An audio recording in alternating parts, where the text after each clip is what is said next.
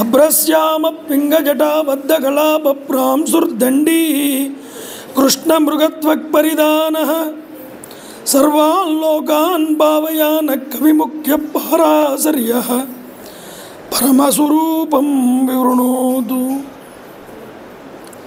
ఛాయాయాం పారిజాతస్య హేమసింహాసనోపరి ఆసీనమంబుజశ్యామం ఆయతాక్షమలంకృతం చంద్రాననం చతుర్బాహుం శ్రీవత్సాంకితవక్షసం రుక్మిణీ సత్యభామాభ్యాం సహితం కృష్ణమాశ్రయే.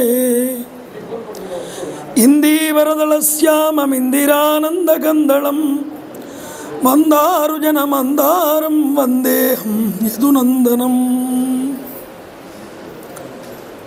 సదాశివసమారంభాం శంకరాచార్యమధ్యమాం అస్మదాచార్యపర్యంతాం వందే గురుపరంపరాం. హరి ఓం. పరమేశ్వర స్వరూపమైన సభకి నమస్కారం.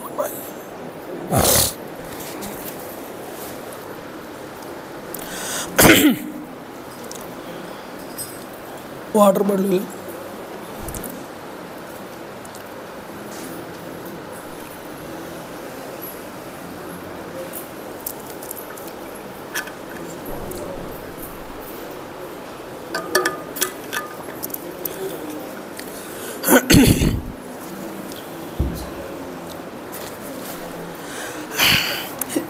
హేమంతే ప్రథమే మాసి నందవ్రజ కుమారికా కాత్యాయనార్చన వ్రతం.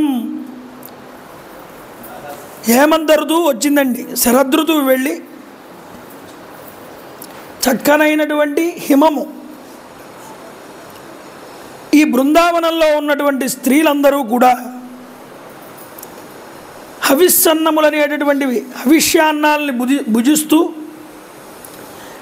ఆహార నియమాల్ని పాటిస్తూ కాత్యాయని దేవిని పూజిస్తున్నారన్నారు.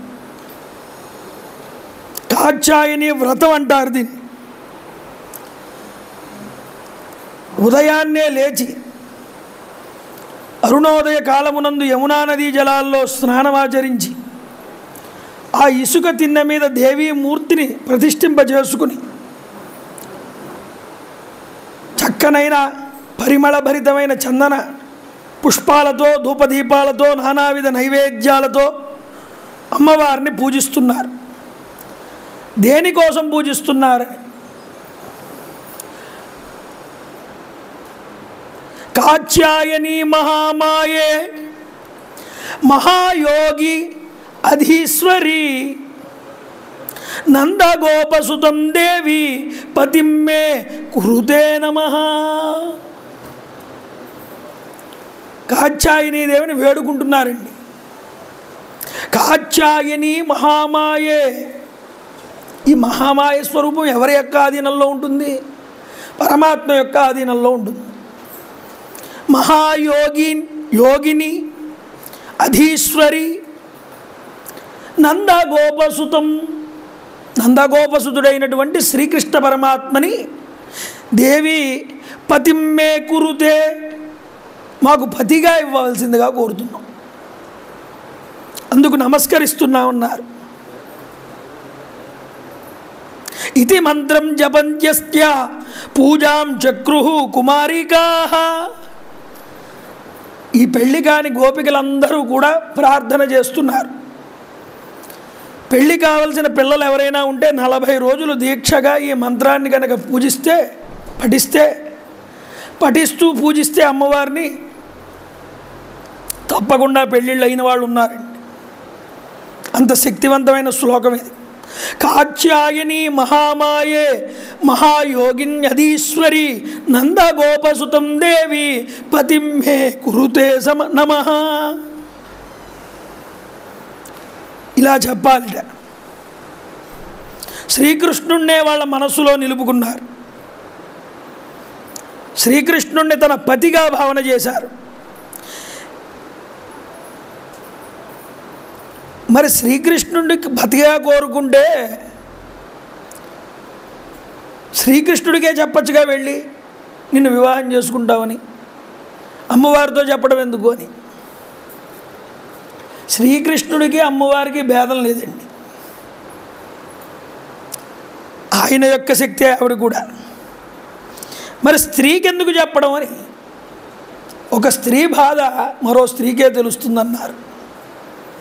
అందువల్ల ఆవిళ్ళు ఆ అమ్మవారితో వారి యొక్క గోడు వెళ్ళబెట్టుకుంటున్నారు. ఇక్కడ చివరి రోజుకు వచ్చింది కాత్యాయని వ్రతం. యమునా నదికి వెళ్తున్నారు. వీళ్ళు రోజు ఇలా కాత్యాయని వ్రతం చేస్తున్నారన్న విషయం భగవంతుడైనటువంటి శ్రీకృష్ణ పరమాత్మకి తెలిసింది. వీళ్ళు చేస్తున్న వ్రతం చాలా ఉత్తమమైనటువంటి వ్రతం, కానీ వీళ్ళు ఇందులో చాలా తప్పులు చేస్తున్నారని ఆయనకు అర్థమైంది. ఒకనాడు వీళ్ళు నదికి రాగా ఆ నదిలో వివస్త్రలై స్నానం చేస్తున్నారు. ఇది దోషం అన్నారండి శాస్త్రంలో. మొలనూలు లేకుండా స్నానం చేయకూడదు అని, ఒంటి మీద బట్ట ఉండాలి స్నానం చేసేటప్పుడు. బట్టలు లేకుండా స్నానం చేస్తే దోషం, అందున నదులలో అలా చేస్తే ఇంకా దోషం అన్నారు. ఆ నదిని అవమానం చేసినట్టు లెక్క. ఇక్కడ ఎంతమందిని అవమానం చేస్తున్నారు వీళ్ళు? ఇది వ్రతభంగానికి కారకం. యమునా నదిని వాళ్ళు అగౌరవపరుస్తున్నారు. ఇది కనిపెట్టినటువంటి ఆయన ఒక లీల ప్రదర్శించారు స్వామి. అప్పటికంతా 6 సంవత్సరాలు, 6 నుండి 7 వస్తున్నాయి స్వామికి. ఇది గుర్తుపెట్టుకోవాలండి. కృష్ణుడి యొక్క లీలల యందు ఉండే అంతరార్థాలు మనం తెలుసుకోవాలి. ఇప్పుడు ఈ దోషం వీళ్ళకి కలిగింది కాబట్టి ఈ దోషం తీయడానికి పరమాత్మే వచ్చారు. వీళ్ళ యొక్క బయట విప్పినటువంటి బట్టలన్నింటినీ కూడా మూటగట్టి అక్కడే ఉన్న కదంబ వృక్షం ఉందండి, ఆ కదంబ వృక్షం ఎక్కి కూర్చున్నారు ఈయన. వీళ్ళు స్నానాలు చేస్తున్నారు ఆ వివస్త్రలై ఆ యొక్క యమునా నదిలో. బయటికి వద్దామని చూసుకుంటే గట్టు మీద బట్టలు లేవు. ఏవైపోయాయా అని చూసుకున్నారండి. ఆ పైన చెట్టు మీద కనిపించాడు స్వామి బట్టలన్నీ పట్టుకుని. స్వస్వం వాస ప్రగృహ్యతాం సత్యం బ్రవాణినో నర్మ యద్యూయం వ్రతకర్మితా. ఏమమ్మా, మీరందరూ కూడా వ్రతం చేస్తున్నారు, ఈ విధంగా స్నానం చేయవచ్చా మీరందరూ అని. మీ బట్టలు కనుక మీకు కావాలి అంటే మీరు అలాగే వచ్చి ఈ చెట్టు కొమ్మ మీద ఉన్న ఈ బట్టలు తీసుకోండి. కాత్యాయని వ్రతాన్ని ఆచరించారు, చాలా అలిసిపోయి ఉన్నారు. నేను మీతో పరిహాసాలు ఏమి ఆడట్లేదు, సత్యమే చెప్తున్నాను. మీరు వస్తేనే మీకు బట్టలు ఇస్తానన్నాడు. చూడండి, వాళ్ళల్లో వాళ్ళు మురిసిపోతున్నారు గోపికలు. అయితే శ్రీకృష్ణుడి యొక్క రూపాన్ని చూసి బిడియపడుతూ ఆ జలాల్లో నుంచి బయటికి రాలేకపోతున్నారు. పీకల దాకా నీళ్ళల్లో మునిగి చలికి తట్టుకోలేక స్వామిని ప్రార్థిస్తున్నారు. అయ్యా, చలిలో వణికిపోతున్నాం, మా బట్టలు మాకు ఇప్పించండి. ఇస్తారా ఇవ్వరా? మర్యాదగా కొంతమంది. గోపికల్లో 4 వర్ణాల వారు ఉన్నారండి. బ్రాహ్మణ, క్షత్రియ, వైశ్య, శూద్ర. మొట్టమొదట శూద్ర కన్యలు ఉన్నారట గోపికలు. అయ్యా, శ్యామ సుందర తే దాస్య. స్వామి, మేము మీకు దాసీలం, మా బట్టలు మాకు ఇప్పించండి స్వామి అని నమస్కారం చేశారు. ఈ మాట వాళ్ళు ఎప్పుడన్నారో, మేము మీ దాసీలం స్వామి అని పాపం స్వామివారికి జాలి కలిగి బట్టలు తీసి ఇచ్చేద్దామని అనుకునే లోపు వైశ్య గోపికలు అంటున్నారు. ఏమని? కరవామతవోదితం. స్వామి, నువ్వు ఏది చెప్తే అది చేస్తాం మేము, మా యొక్క బట్టలు మాకు ఇప్పించు. బ్రాహ్మణ స్త్రీలు అంటున్నారు చూడండి, దేహి వాసాంసి ధర్మజ్ఞ. ఓ ధర్మప్రభో, నువ్వు ధర్మాత్ముడివి కదయ్యా, కాబట్టి మా బట్టలు మాకు ఇప్పించు. నీకు అన్ని ధర్మాలు తెలుసు, మేము చెప్పక్కర్లేదు. ఇప్పుడు క్షత్రియ స్త్రీలు అంటున్నారు చూడండి, నోచేద్రాజ్ఞ బ్రువామహే. నువ్వు ఇస్తావా బట్టలు, లేకపోతే మీ ప్రభు అయినటువంటి నందమహారాజు గారికి వెళ్ళి చెప్పమంటావా? వీళ్ళు బెదిరించేలా మాట్లాడారండి స్వామివారు. అంటే ఒక్కొక్కళ్ళ లక్షణం ఎలా ఉంటుందో అలా చూపించారు. ఇక్కడ శూద్రకన్యలు మీకు దాసీలమయ్యా అన్నారు, వైశ్యకన్యలు మీరు ఎలా చెప్తే అలా చేస్తామన్నారు, బ్రాహ్మణ కన్యలు ధర్మం మాట్లాడారు, మీరు ధర్మాత్ములు, మీకు అన్నీ తెలుసు అన్నారు, క్షత్రియులు మీ రాజుకి ఫిర్యాదు చేస్తామన్నారు. ఆహా, అంతదాకా వచ్చిందా వ్యవహారం అనుకున్నారు స్వామి చెట్టు మీద కూర్చుని. భవద్యో యది మేధాస్యో మయోక్తం వా కరిష్యథ అత్రాగత్య స్వవాసాంసి ప్రతీచ్ఛంతు శుచిస్మితా.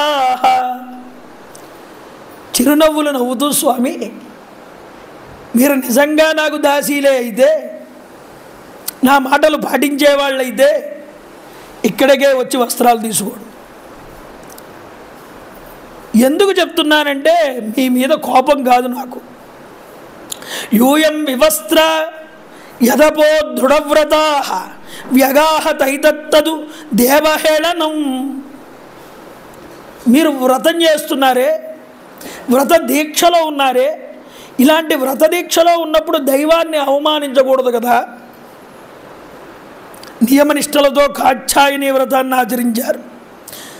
జలాది దేవత అయినటువంటి వరుణుణ్ణి మీరు అవమానించారు. యమునా నది యందు అపరాధం చేశారు. తద్దోష పరిహారార్థం మీరేం చెయ్యాలంటే మీ శిరస్సు మీద 2 చేతులు అలా పెట్టుకుని నాకు నమస్కారం చేయండి అన్నాడు.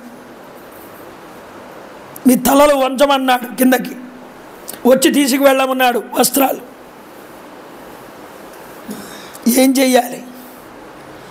నగ్నంగా పవిత్ర నదీ జలాల్లో స్నానం చేయడం అనేటటువంటిది వ్రతభంగమే, మేము చేసింది తప్పే అనేటటువంటి విషయం వాళ్ళకి అర్థమైంది. ఇలా చేయడం వల్ల ఏమైందయ్యా, వ్రతము యొక్క ఫలితం అనేటటువంటిది పోతున్నది. ఎంతో కోరికతో చేస్తున్నారు మీరు వ్రతం, ఆ వ్రతం నెరవేరాలంటే అందులో దోషాలు దొరలకూడదు. ఒకవేళ దొల్లితే దానికి తగిన ప్రాయశ్చిత్తం చేసుకోవాలి. భగవంతుడు ఆయన వీళ్ళకి శిక్ష వేశాడు. ఏమని? నాకు నమస్కారం చేయండి అన్నాడు.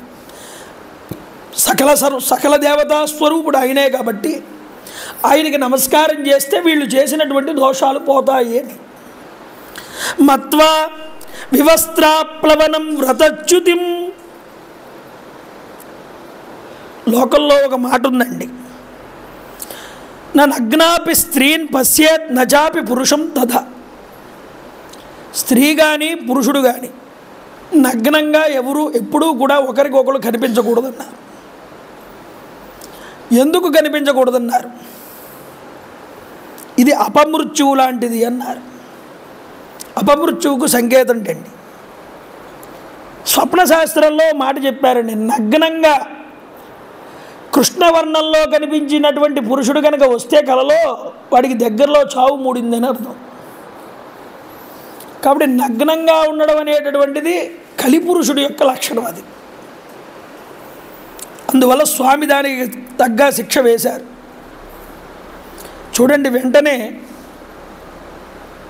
ఇలా చెప్పిన తర్వాత వాళ్ళందరూ చేతులు 2 పైకెత్తి తలల మీద ఆ స్వామిని వేడుకున్నారు, నమస్కరించారు.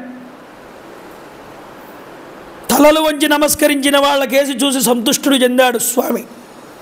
వెంటనే వాళ్ళ బట్టలన్నీ తీసి వాళ్ళకి ఇచ్చి వేశాట. చూడండి, ఇక్కడ వ్యాసుడు అంటాడు గొప్ప మాట, ధృతవ్రతానాం సంకల్పం ఆహ దామోదరో అబలాహ. గోపికలందరూ కూడా వాళ్ళ వాత్సల్యాన్ని, వాళ్ళ ప్రేమని, వాళ్ళ మనసులో ఉన్న భావాన్ని వ్యక్తపరిచారు శ్రీకృష్ణ పరమాత్మ యందు. ఏమని వ్యక్తపరిచారు? ఈయనే మాకు సర్వస్వము, ఈయన్నే మేము పొందుతాము. ఏ ఏ యథామాం ప్రపద్యంతే మాం తథైవ భజామ్యహం. నువ్వు ఎలా చూడు నన్ను, అదే దృష్టిలో నేను నిన్ను అనుగ్రహిస్తానన్నాడు స్వామి. తాడుతో కడితే యశోదాదేవి దామోదరుడు అని పిలిపించుకున్నాడు స్వామి. అవ్యాజమైనటువంటి ప్రేమ, కరుణ, వాత్సల్యంతో గోపికలందరూ కూడా వాళ్ళని వాళ్ళు సమర్పించుకున్నారు స్వామికి. ఇలా సమర్పించుకుంటే స్వామి ఏమయ్యాడయ్యా? గోపీ వల్లభుడయ్యాడండి. గోపికలకి వల్లభుడయ్యాడు కాబట్టి గోపీ వల్లభ, గోపీజన వల్లభాయ స్వాహ అని మంత్రరాశి చెప్పారు బ్రహ్మవైవర్త పురాణంలో. పరశురాముడి యొక్క కథ చెప్తూ పరమేశ్వరుడు చెప్పిన మాటిది, శంకరుడే చెప్పాడు. గోపీజనవల్లభాయ స్వాహ అన్నటువంటి మంత్రంతో కనుక నువ్వు హవిస్సు సమర్పించి హోమం చేస్తే నీకు కావలసిందంతా వచ్చి లభిస్తుంది. అంతటి శక్తి ఉందండి ఆ మంత్రానికి. మంత్ర రాసి కొన్ని బయటికి చెప్పకూడదు, అందుకనే బీజాక్షరాలు కలపం, ఉత్తి పేరు ఒకటే చెప్తాం. అలాగా అసలు ద్వాదశాక్షరీ మంత్రం కూడా బయటికి చెప్పకూడదని చెప్పారు మా గురువుగారు. అయితే చాలామంది ఏదో ఉపదేశాలు చేసినట్లుగా చెప్పేస్తుంటారు, అత్తమాటలు పలికేయకూడదు దాన్ని. అది మననం చెయ్యాలి, ఎంత మననం చేస్తే అంత మంచిది. ఇక్కడ చూడండి,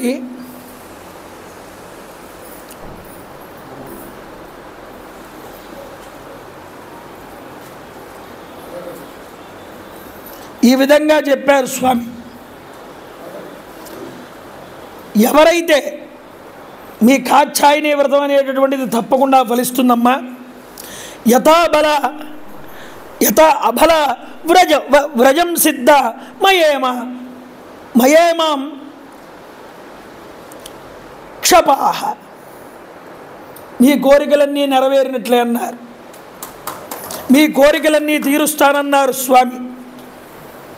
రాబోయేటటువంటి శరద్రాత్రులలో మీతో కలిసి నేను విహరిస్తాను అన్నారు. అంటే ఈ శరదృతువు వెళ్తోంది, వచ్చే శరదృతువుకి నేను మీతో కలిసి విహరిస్తానన్నారు, అనుగ్రహించారండి. ఈ కాచ్ఛాయని వ్రతం ఆచరించడానికి మీరు ఏదే ఉద్దేశంతో అయితే అనుకున్నారో ఆ సిద్ధి అప్పుడు కలుగుతుందన్నారు. శుకుడు అంటున్నాడు, పరీక్షణ్ మహారాజా, కృష్ణుడు ఈ విధంగా ఆజ్ఞాపించిన తర్వాత గోపికలందరూ కూడా వాళ్ళ కోరికలు నెరవేరినట్లుగా భావించి అందరూ బృందావనానికి వెళ్ళిపోయారయ్యా. అంతటా శ్రీకృష్ణ పరమాత్మ బలరాముడు ఇద్దరూ కూడా కలిసి బృందావనంలో చాలా దూరం వరకు విహరించారు గోవులను తీసుకువెళ్ళి.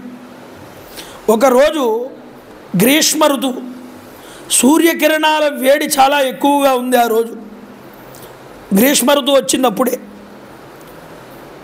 శ్రీకృష్ణుడు తోటి గోపాలుడితో అంటున్నాడు, నాయనా ఒక్కసారి అలా చూడండి అందరూ అన్నాడు. గోపబాలురు అందరితో పాటు, హే స్తోక కృష్ణ, హే హంసో శ్రీధామన్ సుబలార్జున. తోక కృష్ణ, శ్రీధామ, సుబల, అర్జున అందరూ ఒకసారి అటు చూడండి అయ్యా. ఏమిటన్నారు? ఈ యొక్క మహావృక్షాన్ని ఒక్కసారి చూడమన్నారు. ఒక పెద్ద వటవృక్షం లాంటిది ఉందండి అక్కడ.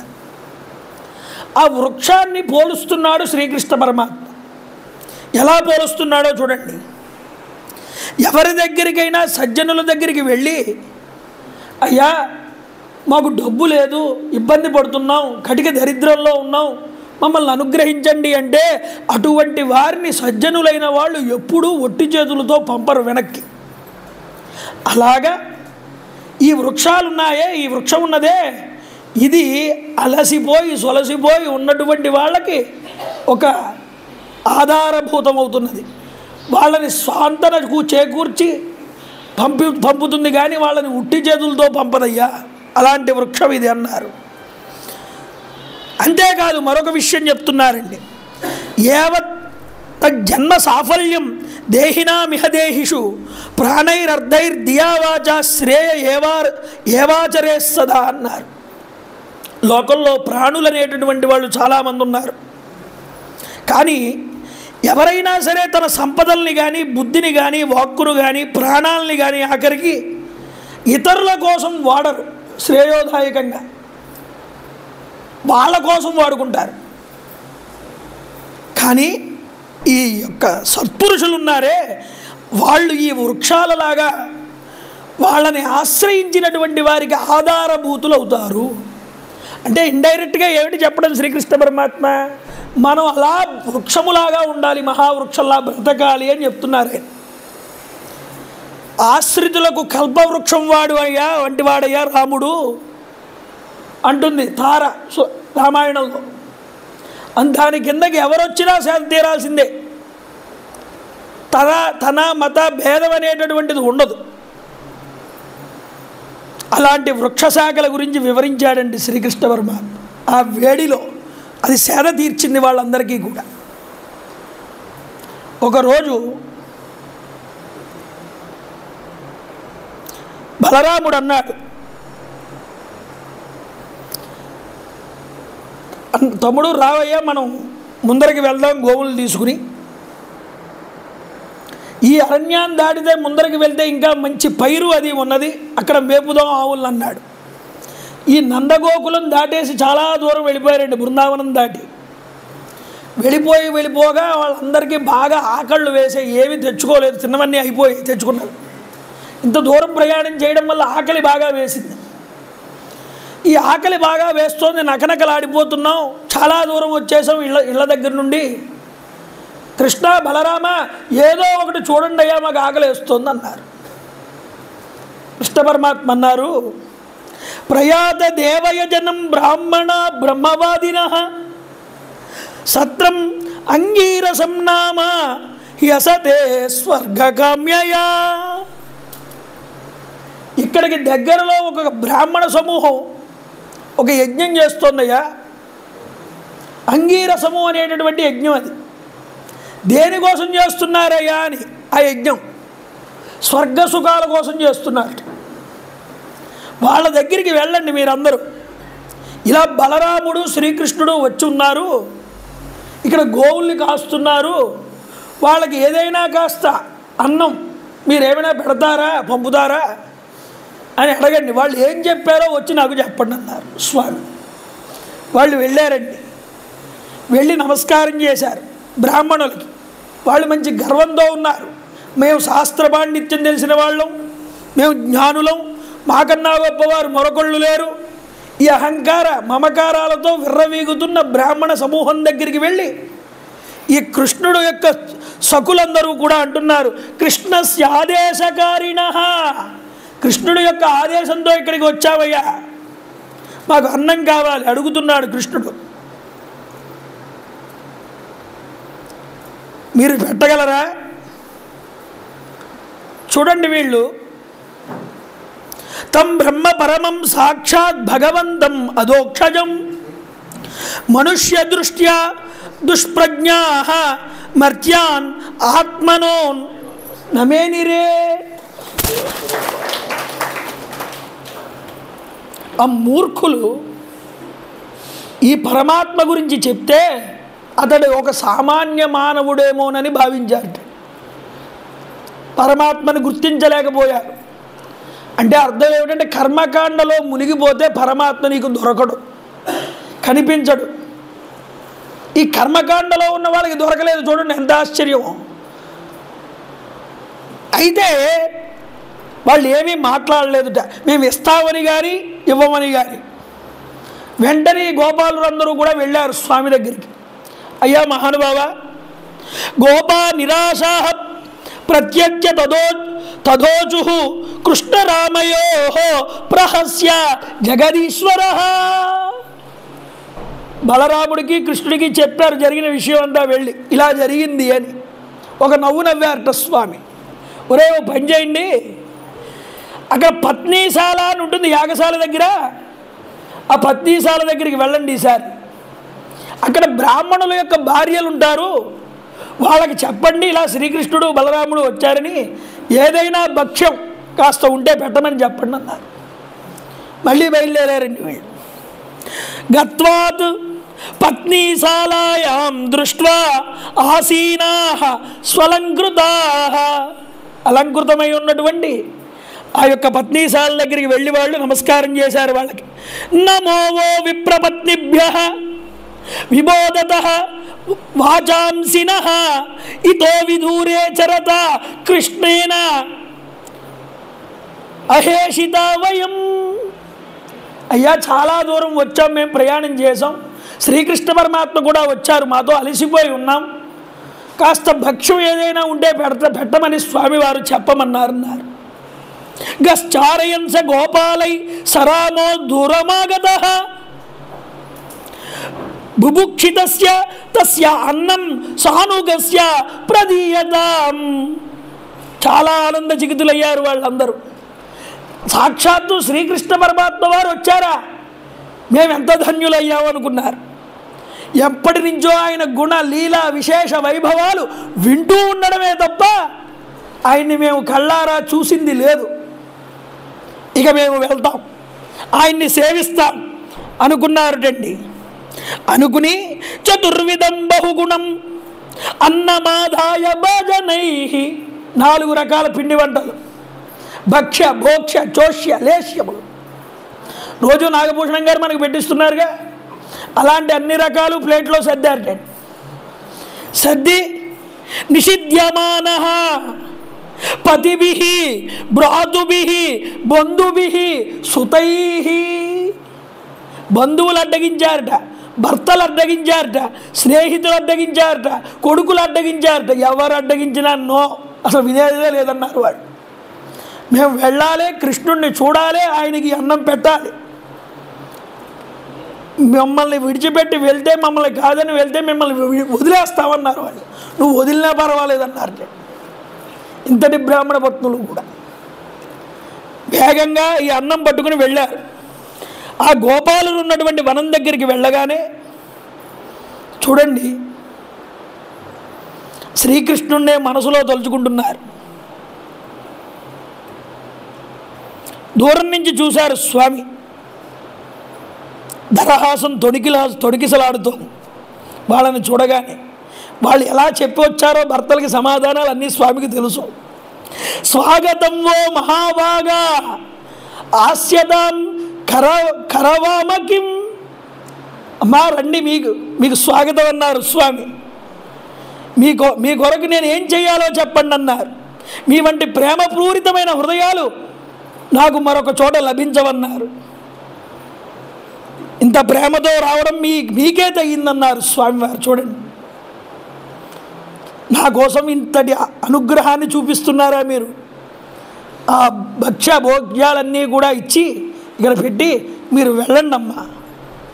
వెళ్ళి అక్కడ మీ భర్తలు మీకోసం ఎదురు చూస్తున్నారు, కోప్పడుతున్నారు.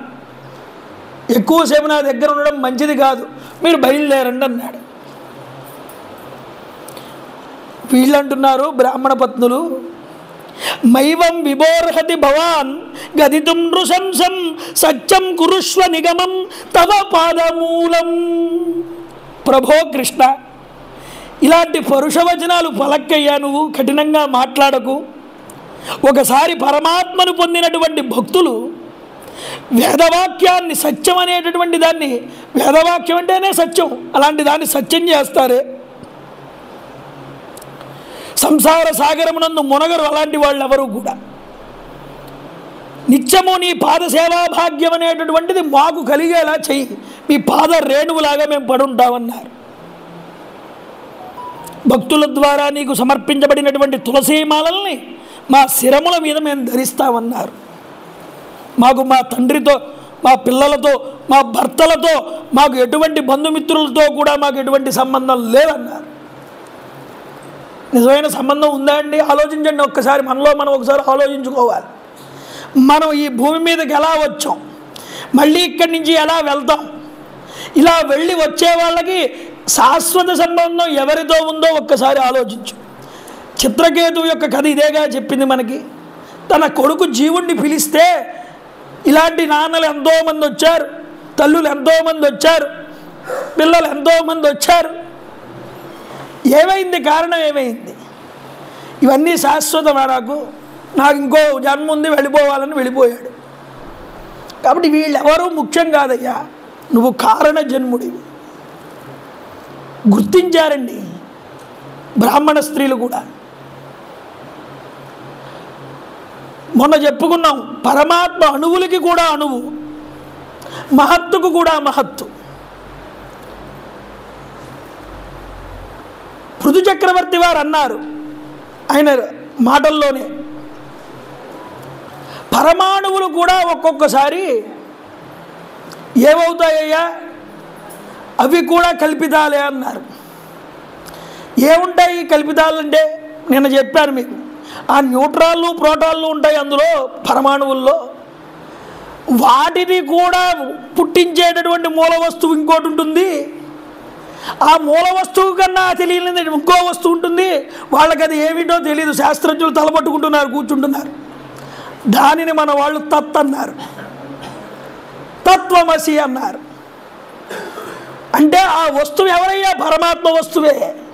అదే అణువు కన్నా అణువుగా ఉంది, మహత్తు కన్నా మహత్తుగా ఉంది. అలాంటి కారణాత్మక జన్మ సంబంధించిన మహానుభావుడివయ్యా నువ్వు. ఒకవేళ నీ మాట ప్రకారం మేము మా ఇండ్లకు తిరిగి వెళ్తే భర్తలు, తల్లిదండ్రులు, పుత్రులు, సోదరులు, బంధుమిత్రులు అందరూ మమ్మల్ని అవమానిస్తారు, స్వీకరించరన్నాడు. అప్పుడు శ్రీకృష్ణ పరమాత్మ అన్నారండి, పతయో నాభ్యసూయేరన్ పితృభ్రాతృ సుతాదయ. బ్రాహ్మణ పత్నులారా, మీ భర్తలు కానీ, కుమారులు కానీ, తల్లిదండ్రులు కానీ, సోదరులు కానీ, బంధువులు కానీ ఎవ్వరూ కూడా మిమ్మల్ని తిరస్కరించరు. నేను చెప్తున్నాను ఆ మాటగా.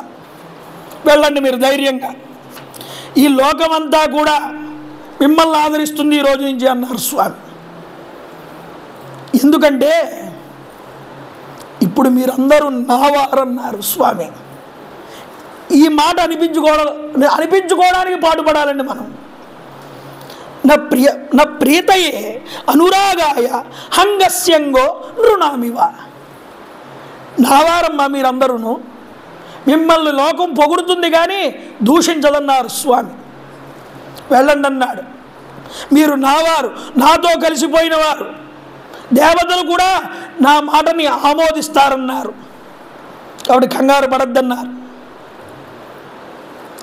వెంటనే వెళ్ళగానే బ్రాహ్మణులకి కూడా వీళ్ళ మీద దోష దృష్టి కలగలేదుట, ప్రేమతో ఆదరించారట.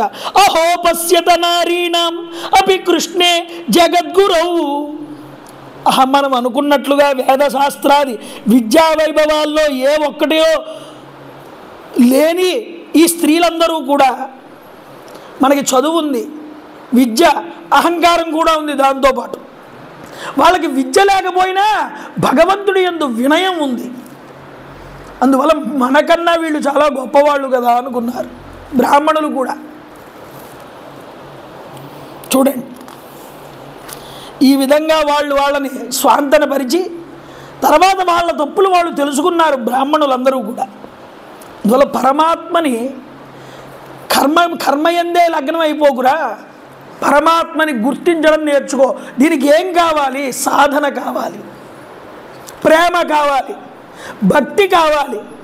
ఇవి లేకుండా నువ్వు ఎంత కర్మ చేసినా ఏదో స్వర్గం కోసమో సుఖం కోసమో ఈ ఫలితాలన్నీ శూన్యాలవుతాయి చివరికి. కాబట్టి కర్మరహితుడవై ఫలాపేక్ష లేని కర్మ చేస్తూ భగవంతుడిని గుర్తు చేసుకుని భగవంతుడి మీద దృష్టి పెట్టి ఆ ప్రేమ భగవంతుడితో పంచుకున్న రోజున బ్రాహ్మణ పత్నులు ఏ విధంగా నావారు అని అనిపించుకున్నారో అలా మనం కూడా భగవంతుడి దృష్టిలో వీళ్ళు నావాళ్ళు అని అనిపించుకుంటాం మనం.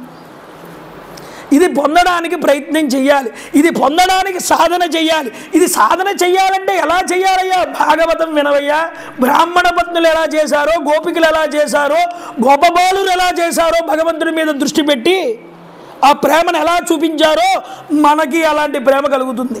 భాగవతుల యందు, భక్తుల యందు మనం భగవంతుడిని చూసి వాళ్ళనే సేవించి భగవత్ కృపకి పాత్రులవుతాం. కాబట్టి భాగవతులు భగవంతుడికి చాలా ఇష్టలు. భాగవతుల్ని మనం ప్రేమిస్తే భగవంతుడు మనల్ని ప్రేమిస్తాడండి. ఇది నేర్పారు భగవంతుడి లీల ద్వారా అన్నారు. చూడండి, ఒకరోజు ఏం జరిగింది అంటే బృందావనంలో గోపాలులందరూ కలిసి ఇంద్రయాగాన్ని చేస్తున్నారు. చూడండి, సర్వాంతర్యామి సర్వజ్ఞుడైనటువంటి శ్రీకృష్ణ ప్రభు వాళ్ళు చేస్తున్నటువంటి క్రతువు ఏమిటి అండి తెలుసుకోవడానికి నందమహారాజు దగ్గరికి వెళ్ళి అడిగాడు, అయ్యా నాన్నగారు, కద్యతామ్మే పిత కోయాం సంభ్రమోవ ఉపాగత కిం ఫలం కస్యచోద్దేశ కేన వా సాధ్యతే మకః. దేనికోసం చేస్తున్నారు ఈ క్రతువు? దీని ప్రయోజనం ఏమిటి? దీనికోసం ఆరాధన చేసే దేవత ఎవరు? ఈ విషయాలన్నీ తెలుసుకోవాలనుకుంటున్నాను తండ్రి అన్నారు. నందుడు చెప్తున్నాడండి, పర్జన్యో భగవాన్ ఇంద్రో మేఘస్థం ఆత్మమూర్తయః తే అభివర్షంతి భూతానాం ప్రీణనం జీవనం వయః. నాయన, ఇంద్రుడు సకల దేవతలకి కూడా ప్రభువు, వర్షాది దేవత కూడా అతడే. మేఘాలన్నీ కూడా ఇంద్రుడు ఆజ్ఞను అనుసరించి ప్రవర్తిస్తూ ఉంటాయి. ప్రాణుల్ని సంతృప్తిపరచడానికి అతడి ఆదేశం ప్రకారం ఈ జలములు అనేటటువంటివి వర్షిస్తాయ్యా. ఈ జలములే కనుక లేకపోతే ప్రాణులు అనేటటువంటివి బ్రతకం. ఈ జలములకి జీవనాధారం ఎవరు అంటే ఆ ఇంద్రుడే అన్నారు. నాయనా కృష్ణ, మేమందరము కూడా మేఘాలకి అధిపతి అయినటువంటి ఇంద్రుణ్ణి సంతృప్తిపరచడానికి ఈ యజ్ఞాన్ని ఆచరిస్తున్నామన్నారు. అప్పుడు కృష్ణుడు అన్నాడండి, కర్మణ జాయతే జంతు కర్మణైవ విలీయతే సుఖం దుఃఖం భయం క్షేమం కర్మణైవ అభిపద్యతే. ప్రాణులకి సుకృత దుష్కృతములు అనేటటువంటివి వారు చేసేటటువంటి కర్మ వల్లే వచ్చి చేరుతాయి. దానివల్ల వాళ్ళు ఏ కర్మ చేశారో మంచి కర్మ చేస్తే మంచి ఫలితం వస్తుంది, చెడు కర్మ చేస్తే చెడు ఫలితం వస్తుంది. మనం కష్టపడుతున్నాం నాన్న, ఈ కష్టం అనేటటువంటిది వృధా పోదు ఎప్పటికీ కూడా. ఆ కష్టానికి ఫలితం వచ్చి తీరుతుంది. మనం గ్రామాలని కానీ పట్టణాలని కానీ నమ్ముకుని లేవు కదా. మనం నమ్ముకున్నది ఈ వ్యవసాయాన్ని మాత్రమే, ఈ గోసంపదని మాత్రమే. కాబట్టి మనల్ని ఈ గోవులన్నిటికీ వృద్ధి చేసేవాడు ఎవరు? ఇంద్రుడా. ఇంద్రుడు ఏమీ దీంట్లో సంబంధం లేదన్నాడు. ఇంద్రుడు కాదు నాన్న, ఇదిగో ఈ గోవర్ధన గిరిస్తోంది మనకి అన్ని వనరులు కూడా. నీరు ఏమిటి? దాని నుండి వచ్చే సెలయేరులు ఏవైతే ఉన్నాయో అవి మనకి నీరుస్తున్నాయి. దాని నుండి వచ్చే పచ్చిక ఏదైతే ఉందో అది తిని మన ఆవులు పాలిస్తున్నాయి. దాని ద్వారా మనం బాగా అభివృద్ధి చెందుతున్నాం. కాబట్టి అలాంటి గోవర్ధనగిరిని పూజించాలి కానీ ఇంద్రుడు ఎవరైనా పూజించడానికి? చూడండి, ఇక మేఘాలు వర్షించాలంటున్నావు. ఆజీవ్యైకతరం భావం యస్య అన్యముపజీవతి. స్త్రీ తన భర్తని పెళ్లి చేసుకున్నాక తన భర్తని విడిచిపెట్టేసి జారుడితో కలిసి తిరిగినట్లుగా మనకి సుఖాన్ని ఇచ్చి మనకి వైభవాల్ని కట్టబెట్టేటటువంటి ఈ గోవర్ధనగిరిని విడిచిపెట్టి ఆ ఇంద్రుణ్ణి పూజించాలంటావేమిటి నాన్న? ఈ జగత్తంతా స్థితికి సత్వగుణము, ఉత్పత్తికి రజోగుణము, లయానికి తమోగుణము అనేటటువంటి వాటి ద్వారా ప్రభావితం చెందుతున్నది. అందువల్ల సృష్టించాలి అంటే సత్వగుణం కావాలి, స్థితికి సత్వగుణం కావాలి, సృష్టించాలంటే రజోగుణం కావాలన్నారు. కాబట్టి సృష్టించాలంటే మనం ధాన్యాన్ని సృష్టించాలి. ఏం కావాలి? మేఘాలు రావాలి, వర్షం పడాలి. ఇదంతా రజోగుణ భూయిష్టమయ్యా అన్నాడు. ఎందుకని?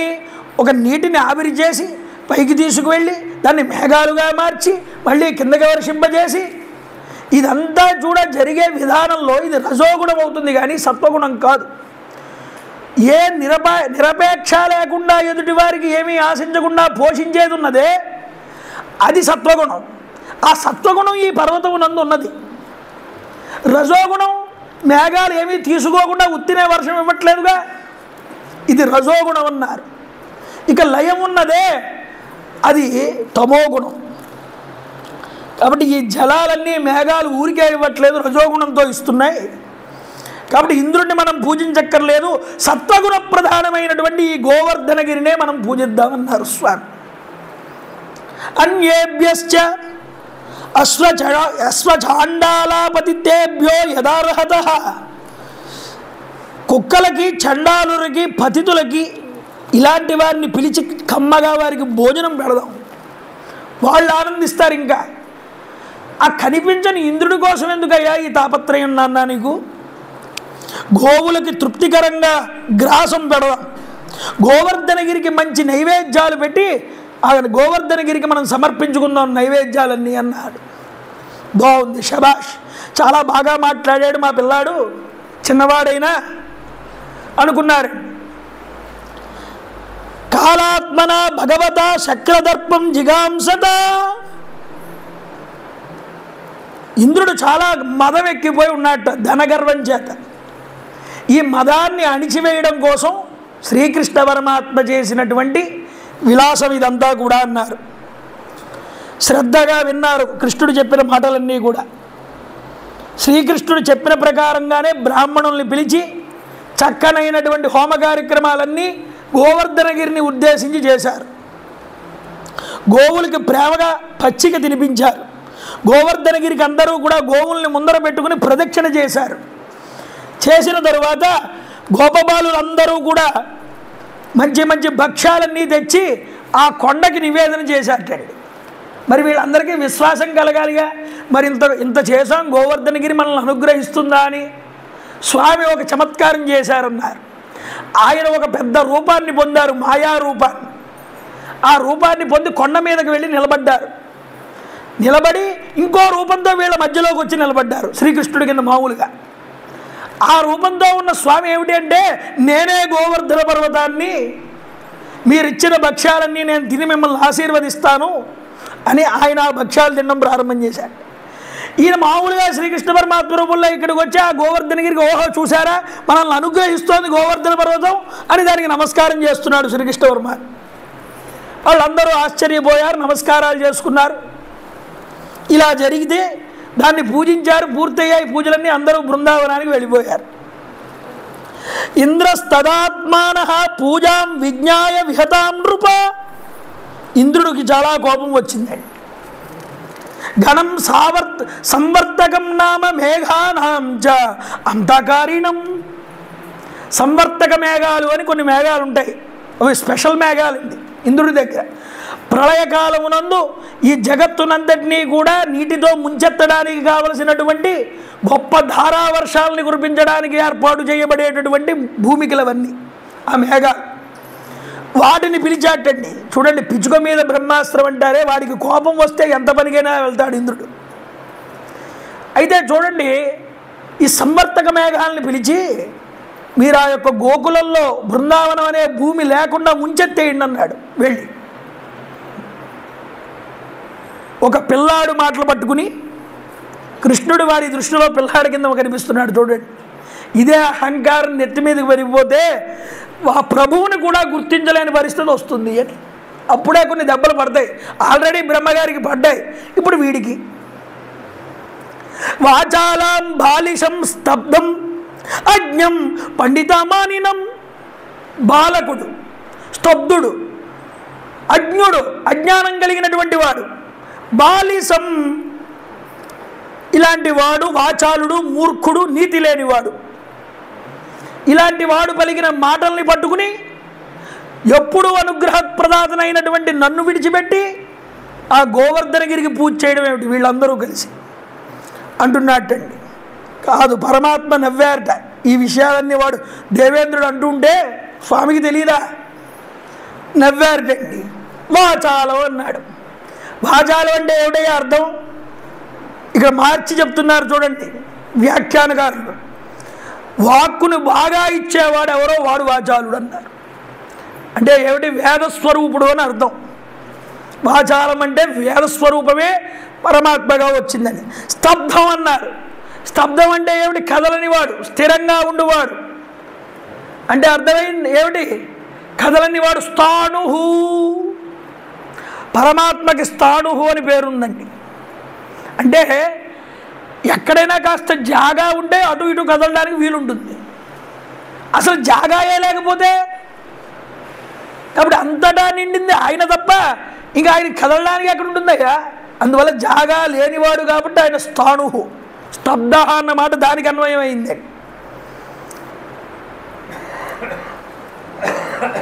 చూడండి,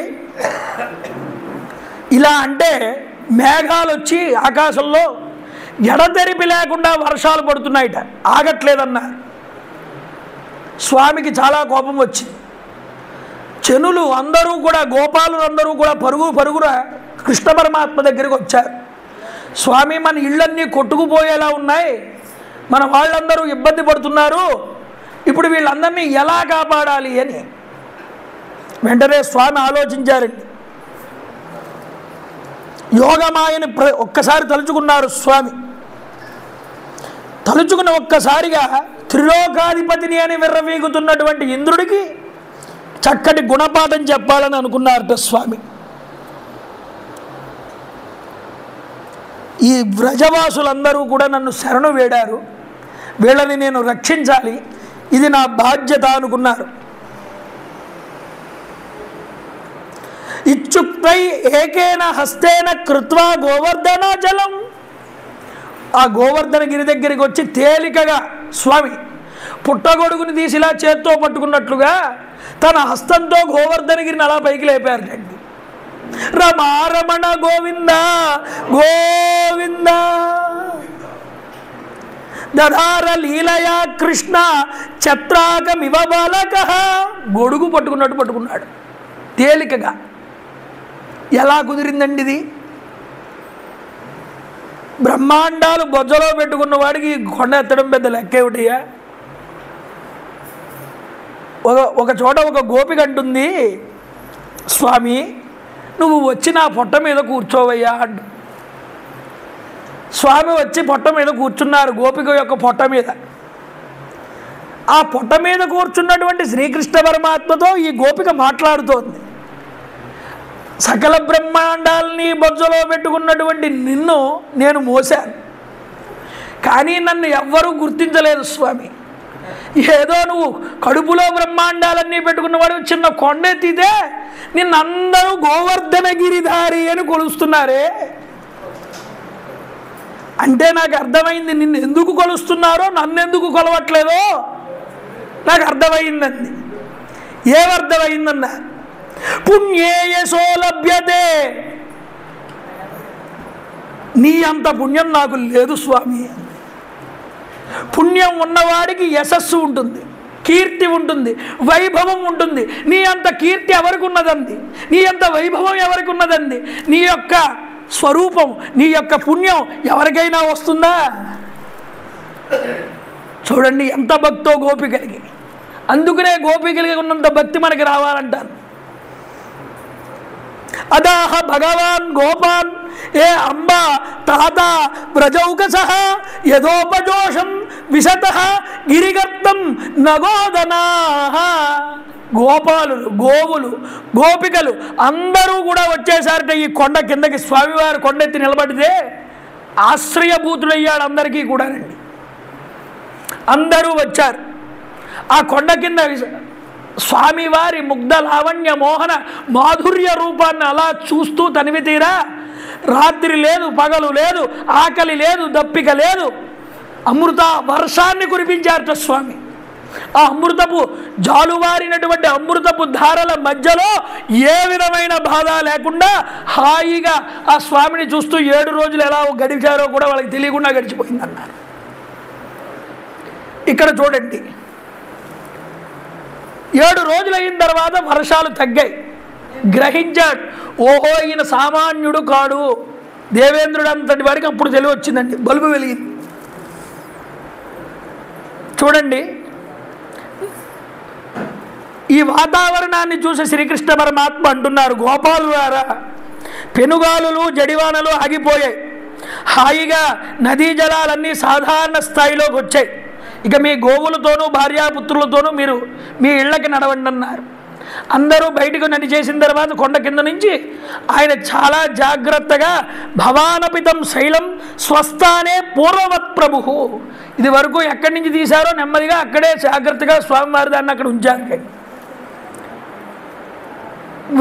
ప్రజల యొక్క హృదయం స్వామి యందు లయమైపోయింది ఈ సన్నివేశం చూసిన తర్వాత. ఇప్పటిదాకా కృష్ణుణ్ణి చూసింది ఒక ఎత్తుగా చూశారు, ఈ గోవర్ధన పర్వతాన్ని ఎత్తిన తర్వాత వాళ్ళ దృష్టి మారిపోయిందన్నారు. పాపం ఇన్నాళ్ళు ఏదైనా ఒక పూతను వచ్చినా, శకటాసురుడు వచ్చినా, తృణావర్తుడు వచ్చినా అయ్యో పిల్లాడికి ఏదో పాపం ఇబ్బంది జరుగుతోంది, ఇతడికే జరుగుతోంది అన్ని ఇబ్బందులు అనుకున్నారే తప్ప ఇతడు గొప్పవాడు మహిమాన్వితుడు అన్న విషయం ఎరుకలోకి రాలేదు. కాళీయ మర్దనం దగ్గర కాస్త వచ్చింది, ఇక్కడ పూర్తిగా కన్ఫామ్ అయ్యింది ఈయన సామాన్య పురుషుడు కాడు, కృష్ణుడే మనల్ని రక్షించేవాడు. వాళ్ళకి ఒక స్థాయి వచ్చిందండి. అక్కడితో దేవతలు వర్షాన్ని కురిపించారట ఈ లీల జరిగిన తర్వాత స్వామివారి మీద. ఒకరోజు ఆ రోజు నందుడి దగ్గరికి వచ్చారు ఆ గోపబాలురు అందరూ కూడా. అయ్యా, పూతనా సంహారం మొదలుకొని గోవర్ధనోద్ధారణ వరకు కూడా శ్రీకృష్ణుడు చేసిన అసాధారణమైనటువంటి కృత్యాలు గోపాలురు ఒక్కసారి తలుచుకున్నారు, మన మనసులోకి వచ్చింది.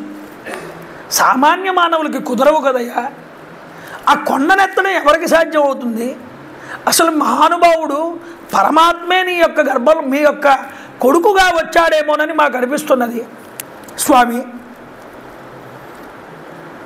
ఎలా కుదిరింది ఇదంతా అని అడిగారండి.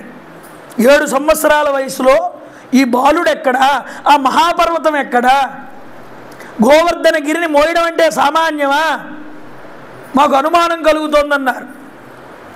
అప్పుడు అంటున్నాడండి నందుడు, ఈ విషయం గురించి నాకు గర్గ మహర్షి వారు చెప్పారయ్యా, ఇతడు సామాన్యమైన వాడు కాడు, శ్రీ మహావిష్ణువే, ఇతడు దేవకీ వసుదేవులకు పుట్టాడు, మీ నందవ్రజంలో అడుగుపెట్టాడు, ఇతడి వల్ల ఇతడికి ఎన్నో నామాలు ఉన్నాయి. పూర్వయుగాల్లో ఇతడు ఎరుపు, తెలుపు, పచ్చ రంగుల్లో ఉండేవాడు, ఈ యుగం వచ్చేటప్పటికి కృష్ణవర్ణంలోకి వచ్చాడు. ఇతడికి ఎన్నో నామాలు ఉన్నాయి, ఆ నామాలు నాకు తెలుసు, ఇంకెవరికి తెలియదు. నాయన మీకు తెలియదు ఇది, కాబట్టి ఇతడికి గురించి మీకు మాత్రం ఒక విషయం చెప్తున్నాను, ఏమిటంటే ఇతడి వల్ల మీ యొక్క మొత్తం మీ గోకులం అంతా రక్షించబడుతుంది. ఆ మాట నాకు ఇప్పుడు గుర్తొస్తోందయ్యా అన్నాడు ఆయన. వాళ్ళందరూ పరమాశ్చర్యభరితులయ్యారు. ఈలోపు శ్రీకృష్ణ పరమాత్మ దగ్గరికి ఆకాశం నుండి కామధేనువు దేవేంద్రుడు ఇద్దరు దిగొచ్చారు. చూడండి, గోలోకాత్ అవ్రజత్ తృష్ణం సురభి శక్ర ఏవచ. కామధేను వచ్చింది, శక్ర ఇంద్రుడు వచ్చాడు, ఇద్దరు కూడా వచ్చారు. కామధేను ఎక్కడి నుంచి వచ్చిందయ్యా? గోలోకం నుంచి వచ్చింది. ఇంద్రుడు ఎక్కడి నుంచి వచ్చాడు? స్వర్గలోకం నుంచి వచ్చాడు. రాగానే ముందు కామధేనువు చేసిన పని ఏమిటంటే మోకాళ్ళ మీద మోకరిల్లి నమస్కారం చేసింది శ్రీకృష్ణుడికి. ఇంద్రుడు సిగ్గుపడిపోయాడు, స్వామివారి ముందు తలెత్తుకోలేకపోయాడు. నమస్కారం చేసి అంటున్నాడు దేవేంద్రుడు, విశుద్ధ సత్వం తవ ధామ శాంతం తపోమయం వస్తరజస్తమస్కం న విద్యతే గ్రహణానుబంధ కుతోను తద్దేతవ ఈశతత్కృత. ఓ పరమాత్మ, నీ స్వరూపం శుద్ధమయమైనటువంటిది, పరమ శాంతమైనటువంటిది, జ్ఞానస్వరూపమైనటువంటిది, త్రిగుణాతీతమైనటువంటిది. అలాంటి నువ్వు ఈరోజు ఈ సంసారము నీ అందనేటటువంటిది లేదు అన్న విషయాన్ని నేను గ్రహించానన్నాడు. నన్ను క్షమించమన్నాడు, వేడుకున్నాడండి. అజ్ఞానం చేత సామాన్య మానవుడు అనుకుని ఏవేవో నీ మీద చర్యలన్నీ చేయడానికి పాల్పడ్డాను. నా వంటి అజ్ఞానులు మేమే గొప్పవారమని గర్వపడుతూ ఉంటాం ఒక్కొక్కసారి. అట్టి వారి భయావస్థితి నుండి నిర్భయుడవై ఉండేటటువంటి నిన్ను చూసి తమ జగదీశం తత్వం అనేటటువంటి దాన్ని వాళ్ళు విడిచిపెడతారయ్యా. అందువల్ల నీ యొక్క లీలలు మాలాంటి వారికి ఒక గొప్పదైన గుణపాఠాల కింద మారతాయని నాకు అర్థమవుతున్నది అని నమస్కారం చేశాను. స్వామి అన్నారండి, మహేంద్ర, నువ్వు ఐశ్వర్య గర్వంతో కన్ను మిన్ను కానకుండా ఉన్నావు. అలాంటి వాడివి కాబట్టే నిన్ను ఈ యజ్ఞాన్ని నీకు చేయనివ్వకుండా భంగపరిచాను. ఐశ్వర్య మదంతో ఉన్నటువంటి వాడు దండించదగినటువంటి వాడు. కాబట్టి అలాంటి వాళ్ళు ఏం చేస్తారు? నన్ను విస్మరిస్తారు, మర్చిపోతారు. నా అనుగ్రహం తలచినప్పుడు ముందుగా వారి సంపదలన్నింటినీ కూడా నేను లాక్కుంటానయ్యా, ఇది నా అలవాటు, నా అనుగ్రహం కనుక కావాలంటే. కాబట్టే నిన్ను అవమానపరిచి నీ యొక్క గర్వాన్ని అణిచివేశానన్నారు స్వామి. గోవంటున్నది సురభి. కృష్ణ కృష్ణ మహాయోగిన్ విశ్వాత్మన్ విశ్వసంభవ భవతా లోకనాథేన సనాథ వయం అచ్యుత. నీకు మహాయోగీశ్వరుడివి నువ్వు, సకల చరాచర సృష్టికంతటికి అంతరాత్మవి నువ్వేనయ్యా. మేము నీ యొక్క సనాదులం కింద ఉన్న బిడ్డల కింద. అచ్యుత నీవే మాకు అందరికీ సర్వదా శరణ్యుడవన్నారు అంది ఈ యొక్క గోవు. భవాయ భవ గో విప్రదేవానాం ఏ చ సాధవ. విప్రులకి గోవులకి దేవతలకి మా అందరికీ అభ్యుదయాన్ని అనుగ్రహించేటటువంటి స్వామివి నువ్వు. భూభారాన్ని తొలగించడానికై అవతారం ఎత్తినటువంటి పరమ పురుషుడివి నువ్వు. ఇంద్ర సురర్షిభి సాకం నోదినో దేవమాతృభి అభ్యసించత దాసార్హం గోవింద ఇది చ అభ్యదాతు. ఈ మాట చెప్పి కొబ్బరికాయ కొట్టండి. ఈ మాట చెప్పి ఆ సురభి క్షీరములతో స్వామివారికి అభిషేకం చేసింది అండి. ఆకాశగంగా తీర్థం తీసుకొచ్చాట దేవేంద్రుడు ఇంద్రలోకం నుంచి. ఆ యొక్క దేవేంద్రుడు చక్కగా ఆ నీటితో స్వామివారికి అభిషేకం చేసి, అయ్యా గోవుల్ని గోపాలుల్ని రక్షించావు కాబట్టి ఈ రోజు నుంచి నువ్వు గోవింద అని పిలిపించుకుంటావయ్యా అని రమారమణ గోవింద గోవింద గోవిందుడై గోవింద పట్టాభిషేకాన్ని చేసుకున్నారండి స్వామివారు ఇంద్రుడి చేతుల మీదుగా. ఎంత గొప్ప సన్నివేశమో చూడండి ఇది.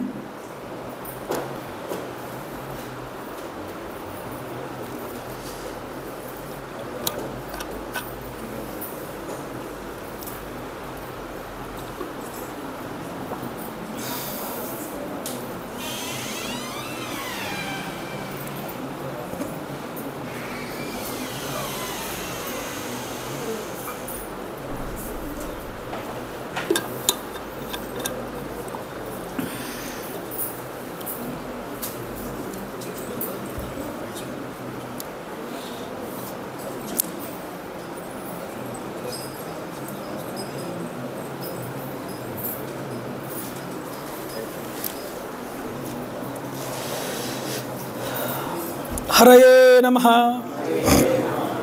నానారసౌగాః సరితో వృక్షా ఆసన్ మధుస్రవాః కృష్ణే అభిషిక్తయే తాని సత్వాని కురునందన.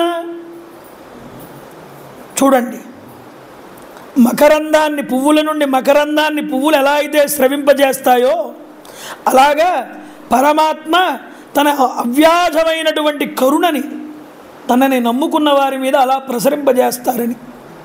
ఇలా అభిషక్తుడైనటువంటి వేళ స్వామివారు క్రూర మృగాలు కూడా వాటి సహజమైన వైరాన్ని విడిచిపెట్టి సాధుజీవుల కింద మైత్రితో నడిచాయ్యా ఆ సమయంలో అని చెప్తున్నారు ఇక్కడ వ్యాసుల వారు శుక్లవారు.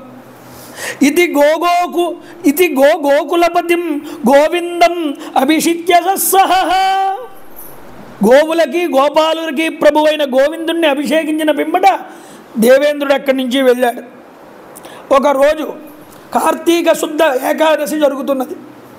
ఆ రోజు నందుడు ఏకాదశి వ్రతం చేశాడు. ఈ ఏకాదశి వ్రతం చేసిన రోజున తర్వాత ద్వాదశి పారణ చేయాలి. కాస్త స్వామివారిని పూజించి బ్రాహ్మణుల్ని పూజించి వారికి భోజనం పెట్టి తర్వాత ఇతను భోజనం చేయాలి. కానీ తెల్లవారికట్ల 5 గంటలతో 6 గంటలతోనే వెళ్ళిపోతుంది. ఉదయం 6 గంటలతో వెళ్ళిపోతుంది ద్వాదశి. ఈ ద్వాదశి 6 గంటలకే వెళ్ళిపోతుందని నేను అన్ని కార్యక్రమాలు పూర్తి చేసుకోవాలంటే ముందుగా స్నానం చేయాలి కదా అని అర్ధరాత్రి 1 గంట సమయంలో వెళ్ళాట యమునా నదికి స్నానం చేయడానికి నందుడు. ఆ సమయం ఎవరిది? రాక్షసులు అన్నారు. ఆ సమయంలో మనం నదుల్లో స్నానం చేయకూడదు. అందువల్ల ఏమిటి నాన్నగారేని కనిపించట్లేదు అన్నాడు శ్రీకృష్ణ పరమాత్మ. అయ్యా పొద్దున్ననగా స్నానానికి వెళ్ళారు ఇంకా రాలేదన్నారు. ఏ సమయంలో వెళ్ళారన్నారు. ఇలా 1 గంట సమయం అవుతుంది, అర్ధరాత్రి. ఆ సమయంలో వెళ్తే అది రాక్షసులకి నిలవం కదా, వెంటనే వెళ్ళారట నది దగ్గరికి. ఒక్కసారి నదిలో దూకారు స్వామి. చూశారు ఎక్కడున్నారు, వరుణలోకంలో ఉన్నాడు నందుడు. ఆ వరుణలోకానికి ఆ ఒక రాక్షసుడు కింకరుడు ఒకడు తీసుకుపోయాటి ఈయన్ని పట్టుకుని. ఈ శ్రీకృష్ణ పరమాత్మ అక్కడికి వెళ్ళగానే వరుణుడు ముందరికి వెళ్ళి నమస్కారం చేసి లోపలికి పిలిచాడు. అయ్యా మహానుభావ, నీ యొక్క దర్శనం నాకు ఈరోజు చిలుకు ద్వాదశి రోజు పూట జరిగింది.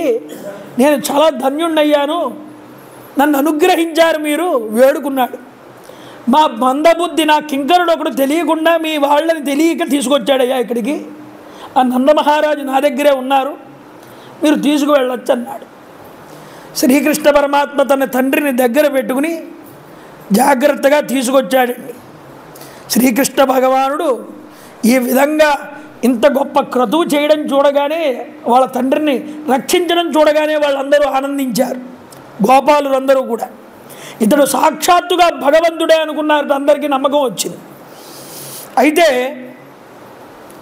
కృష్ణ, నువ్వు ఇంత గొప్పవాడివి కదా, వరుణలోకానికి కూడా వెళ్ళొచ్చావు కదా, నాకు బ్రహ్మలోకం కూడా చూడాలని చూపించగలవా అని అడిగారట మిగతా గోపబాలులందరూ కూడా.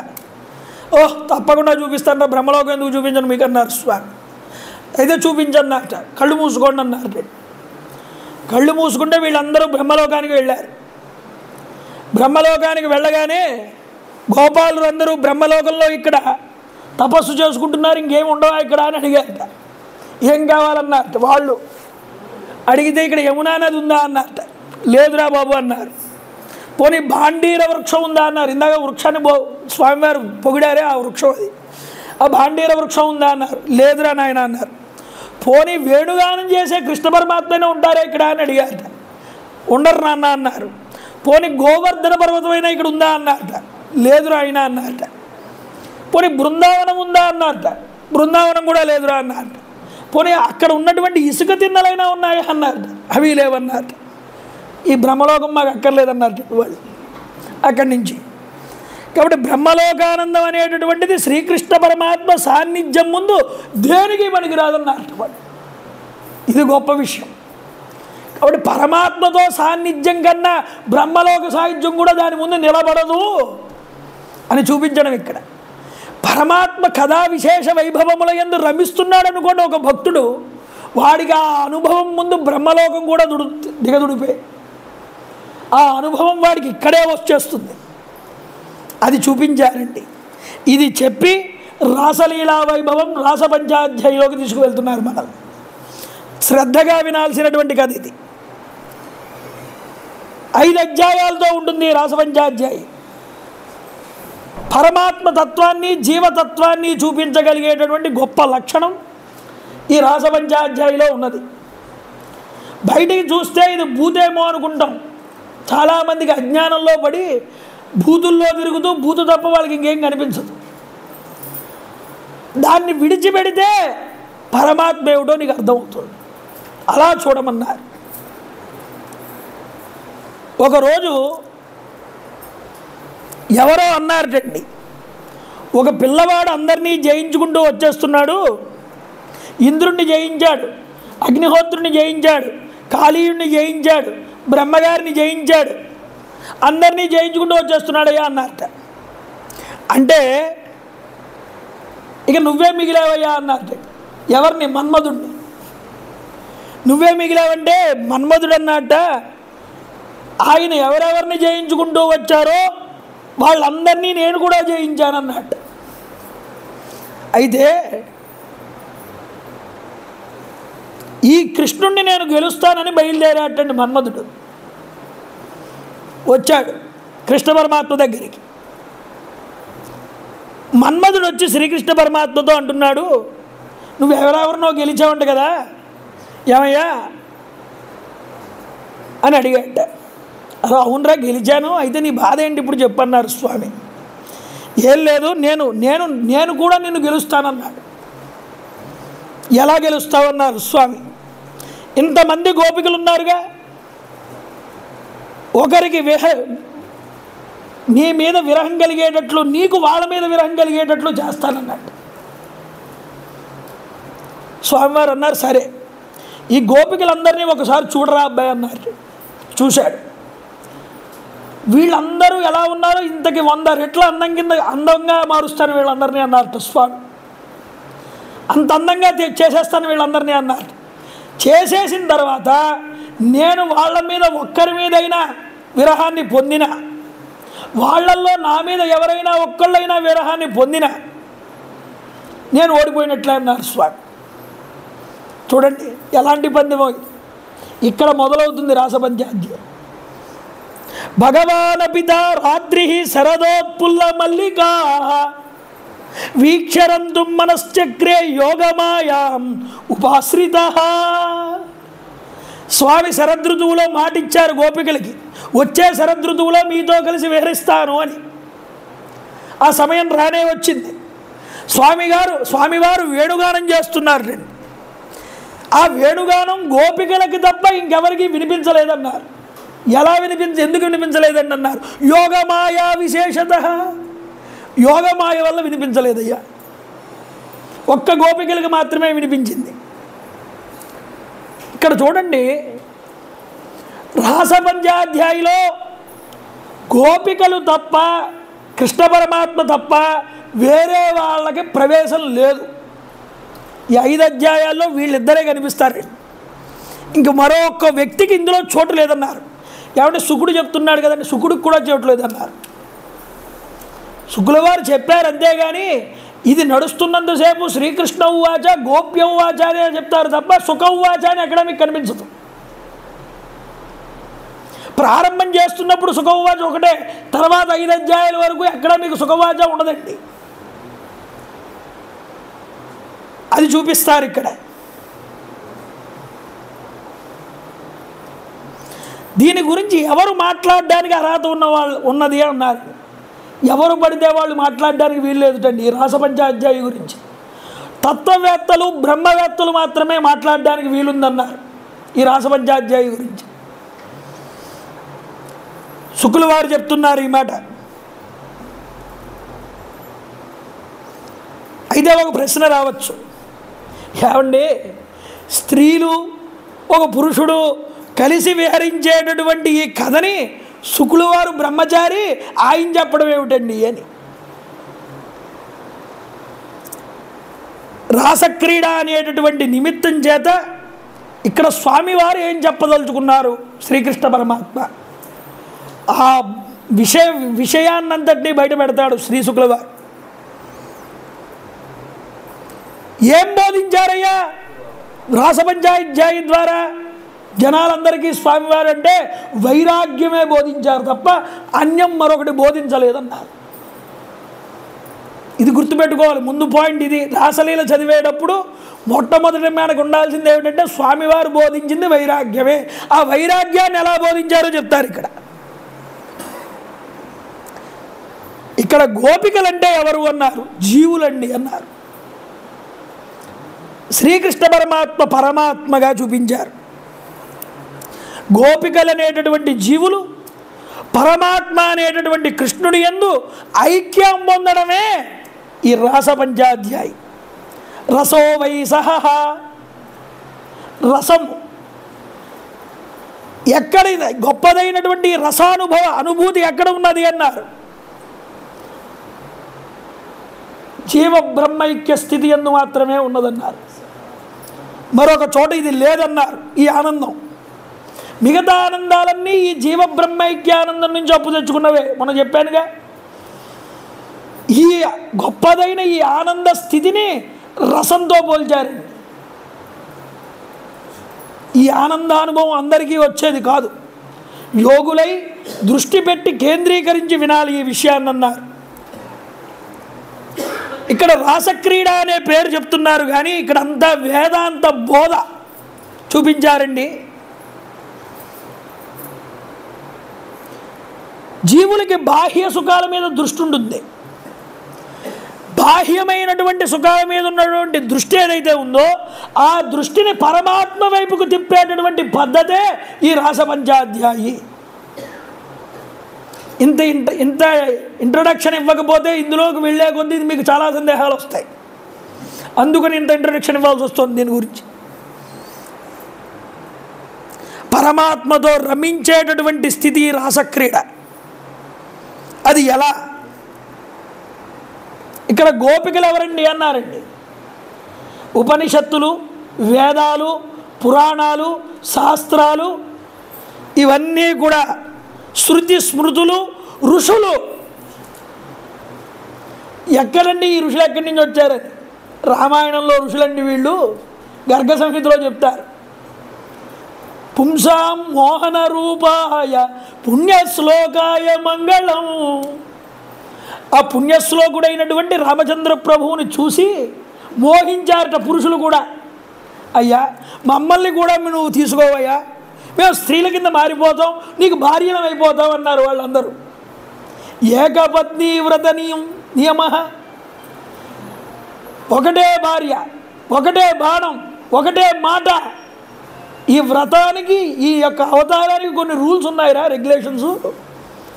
నెక్స్ట్ అవతారానికి ఈ రూల్స్ ఏమి ఉండవు, మీరు ఎంతమంది అయినా రావచ్చు అన్నారు స్వామి. మిమ్మల్ని ధరింపజేస్తానన్నారు. కాబట్టి ఆ ఋషులు ఇప్పుడు గోపికల కింద వచ్చారు. వేదములు అనేటటువంటి స్వామిని స్తుతించలేక ఇంకా ఆగిపోయి తత్తనే మాట చెప్పి ఊరుకుని ఆఖరికి ఏమిటి మనం తెలుసుకోవాలి, ఇది తెలుసుకునేది తప్ప చెప్పేది కాదని వేదాలు కూడా ఒక రూపాన్ని పొంది తెలుసుకోవడానికి వచ్చాయట పరమాత్మ ఎలాంటి వాడు అని. అంటే నోటితో చెప్పలేనటువంటి అవాన్మయమైనటువంటి రూపాన్ని అనుభవించడానికి వచ్చాయి ఇవన్నీ కూడా. కాబట్టి ఇది ఎవరికి వాడు ఆనందాన్ని పొందేటటువంటి విధానమే కానీ మరొకటి కాదయ్యా చెప్తున్నారు. ప్రారంభం చేస్తున్నారండి రాసక్రీడ. ఇక్కడ పరమాత్మకి ఎన్ని ఏళ్ళు అని తెలుసుకోవాలి ముందు. కృష్ణ పరమాత్మకి రాసక్రీడ, రాసలీలలు చేసే సమయానికి 7 సంవత్సరాలు. 7 సంవత్సరాల పిల్లవాడిలో నువ్వు ఏ దృష్టికోణంతో చూస్తావు ఈ యొక్క క్రీడని, లీలని? ఆ దృష్టితోనే చూడు అయ్యేంతవరకు కూడా ముందుగా చెప్తున్నారు. ఈ గానం విన్నారు గోపికలందరూ కూడా. ఎక్కడ పనులు అక్కడ పాడేశారట. వంట చేస్తోందో గోపిక, వంట సామాన్లు అక్కడ వదిలేసింది, వచ్చేస్తోంది. భర్తకి భోజనం పెడుతోందో గోపిక, అక్కడ భోజనం వదిలేసింది, వచ్చేస్తోంది. తల్లిదండ్రులను సేవిస్తుందో గోపిక, వాళ్ళని వదిలేసింది, వచ్చేస్తుంది. పిల్లల్ని లాలిస్తోందో గోపిక, అక్కడికక్కడే అది వదిలేసింది, పరమాత్మ దగ్గరికి వచ్చేసింది. ఏమండి అలా వదిలేసి రావచ్చా? అది భావ్యమేనా? అది ధర్మమేనా? మృత్యు సమయం ఆసన్నమైందనుకోండి, ఎక్కడ పనులు అక్కడే ఆపేసి వెళ్ళిపోతాడా జీవుడు? ఇక్కడే ఉంటాడా? అది ఎలాంటి ధర్మమో ఇది ఎలాంటి ధర్మమే అన్నారు శుకుల వారు. అంటే జీవుడు ప్రియుడి దగ్గరికి ప్రియురాలు వెళ్ళే ప్రయాణం కాదయ్యా ఇది, ఒక జీవుడు పరమాత్మ దగ్గరికి వెళ్ళే ప్రయాణం ఇది అన్నారు. చూడండి, సమాధి స్థితి అన్నమాట.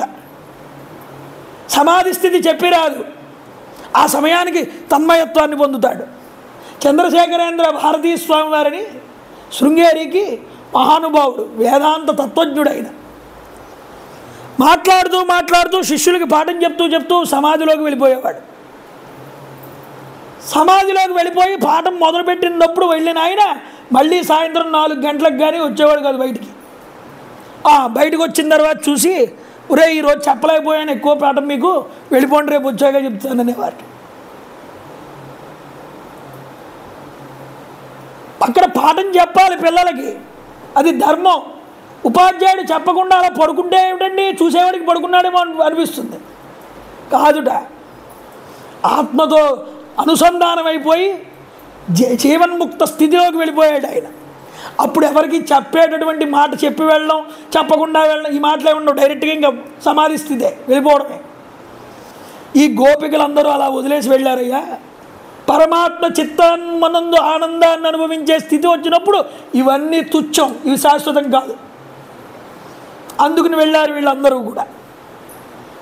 ఇది సరిగ్గా అర్థం చేసుకోకుండా అర్థం చేసుకోకపోతే నిద్ర తప్పేమీ రాదు. అర్థమవుతుందా?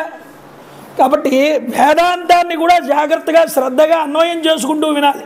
అందుకనే మధ్య మధ్యలో కొన్ని విషయాలు చెప్తూ ఉంటాం. అలాగా అందరినీ విడిచిపెట్టి వెళ్ళారు. శ్రీకృష్ణ పరమాత్మనే ధ్యానించారు. తమేవ పరమాత్మానం జారబుద్ధ్యపి సంగతాః, వెంటనే సమస్త బంధాల నుండి విముక్తి పొంది భగవంతుడిలో ఐక్యాన్ని పొందారు అంటున్నారు. ఇదే బ్రహ్మైక్య స్థితి అంటే. చూడండి, పరీక్షిత్ మహారాజు గారు అడుగుతున్నారు మరి సుఖదేవుణ్ణి, అయ్యా కృష్ణం విదుహు పరం కాంతం నతు బ్రహ్మతయామునే గుణప్రవాహో పరమస్తం సాం గుణాదియాం కదం. అయ్యా మహానుభావ, గోపికలు శ్రీకృష్ణ భగవానుడి మీద కేవలం తమ ప్రియతముడని భావిస్తూ ఆయన దగ్గరికి వెళ్ళారు కదా, వాళ్ళకి మనసులో బ్రహ్మభావం లేదు కదా, శ్రీకృష్ణ పరమాత్మ పరబ్రహ్మ అనే దృష్టి వాళ్ళకి లేదు. వాళ్ళ ప్రియుడనే అనుకుంటున్నారు, కానీ వాళ్ళ యందు స్వామి యందు తమ సర్వస్వము కూడా నివేదన చేసేశారు. ఈ విధంగా వారి దృష్టి ప్రాకృత గుణమునందే ఉన్నది, పరమాత్మ గుణమునందు లేదు. అసక్తమై ఉన్నటువంటి ఆ యొక్క బుద్ధిని, ఆ గుణాలని ఇక్కడ సంసారము నుండి విముక్తులు కాని వాళ్ళు ఏ విధంగా వాళ్ళు పరమాత్మని చేరతారు, ఈ యొక్క విషయాల గురించి నాకు చెప్పండి అని అడిగాడు. ఏమీ లేదయ్యా, శ్రీకృష్ణ పరమాత్మ తన మీద వైరభావం ఉన్నటువంటి శిశుబాలాదులకే మోక్షాన్ని ఇచ్చాడు. మరి ఇంత ప్రేమ చూపించే వారికి ఏమిస్తాడయ్యా? ఆలోచించు. శ్రీకృష్ణుడిని స్మరించడమే తప్ప వారికి మరొక విషయం తెలియదు. ఇంకా చెప్పాల్సిందే ఉంది. షడ్గుణైశ్వర్య సంపన్నుడు స్వామి, అవాన్మనస గోచరుడు, సత్వాది ప్రాకృతములనేటటువంటివి లేనివాడు, అనంత కళ్యాణ గుణ నిధి ఈ స్వామివారు. ఈ స్వామి మానవులకి ముక్తిని ప్రసాదించడానికే ఈ భూలోకంలో ఒక అవతారాన్ని స్వీకరిస్తూ ఉంటాడయ్యా. దానిని బాగా ఉపయోగించుకున్న వాళ్ళు ఎవరు ఈ అవతారాన్ని అంటే గోపికలే. గోపికలు బాగా ఉపయోగించుకున్నారయ్యా, అందుకని వాళ్ళకి ఆ అనుగ్రహం లభించింది. కామము, క్రోధము, భయము, స్నేహము, బంధుత్వము, సౌహార్దం అనేటటువంటివి ఏవైతే ఉన్నాయో ఇవి నిరంతరము వాళ్ళు శ్రీకృష్ణుడితో పెట్టుకున్నారు సంబంధం, ఇంకో అన్యంతో పెట్టుకోలేదు. శ్రీకృష్ణుడితో పెట్టుకున్నటువంటి ఈ బంధం వల్ల వారికి ఆ స్వామిలోనే లీనమైపోయే అంతటి స్థితి కలిగింది అని చెప్పాడు శుకుడు. ఇప్పటికైనా మీరు పట్టుకోండి, గోపికల యొక్క భక్తి ఎలాంటిది అంటే వాళ్ళు ఏ భావం మనసులో కలిగినా ఆ భావం శ్రీకృష్ణుడితో లింక్ పెట్టుకుని ఉంచుకుంటారు. అంటే ఏది కంపేర్ చేసుకున్నా కృష్ణుడితో కంపేర్ చేసుకుంటారు. జన్మరహితుడు, పరమయోగులకు అందరికీ కూడా ప్రభువు. అలాంటి శ్రీకృష్ణుడి పాదస్పర్శ కలిగినంతనే చెట్లు, చేమలు మొదలైన స్థావరములు సైతం ముక్తిని పొందుతాయి. అనన్య భావంతో శ్రీకృష్ణుడిని స్మరించేటటువంటి గోపికల విషయం ఇంక చెప్పాల్సిన అవసరం ఏముందన్నారు శుకులవారు. భగవానుడు అంటున్నారు, వచ్చేసారండి స్వామి ఎక్కడ కూర్చునైతే ఈ వేణుగానం చేస్తున్నారో అక్కడికి వీళ్ళందరూ వచ్చేసారు. అందరూ వీళ్ళని చూశాడు స్వామి. చూడగానే అంటున్నారు, స్వాగతం వో మహాభాగా ప్రియం కిం కరవాణివహ. ఓ గోపికలారా, మీ అందరికీ కూడా స్వాగతం. వ్రజమంతయు కూడా ఆరోగ్యంగా ఉంది కదా, కుశలమేనా మీరందరూ? మీరు రావడానికి కారణం ఏమిటని అడిగాడు స్వామి. చూడండి,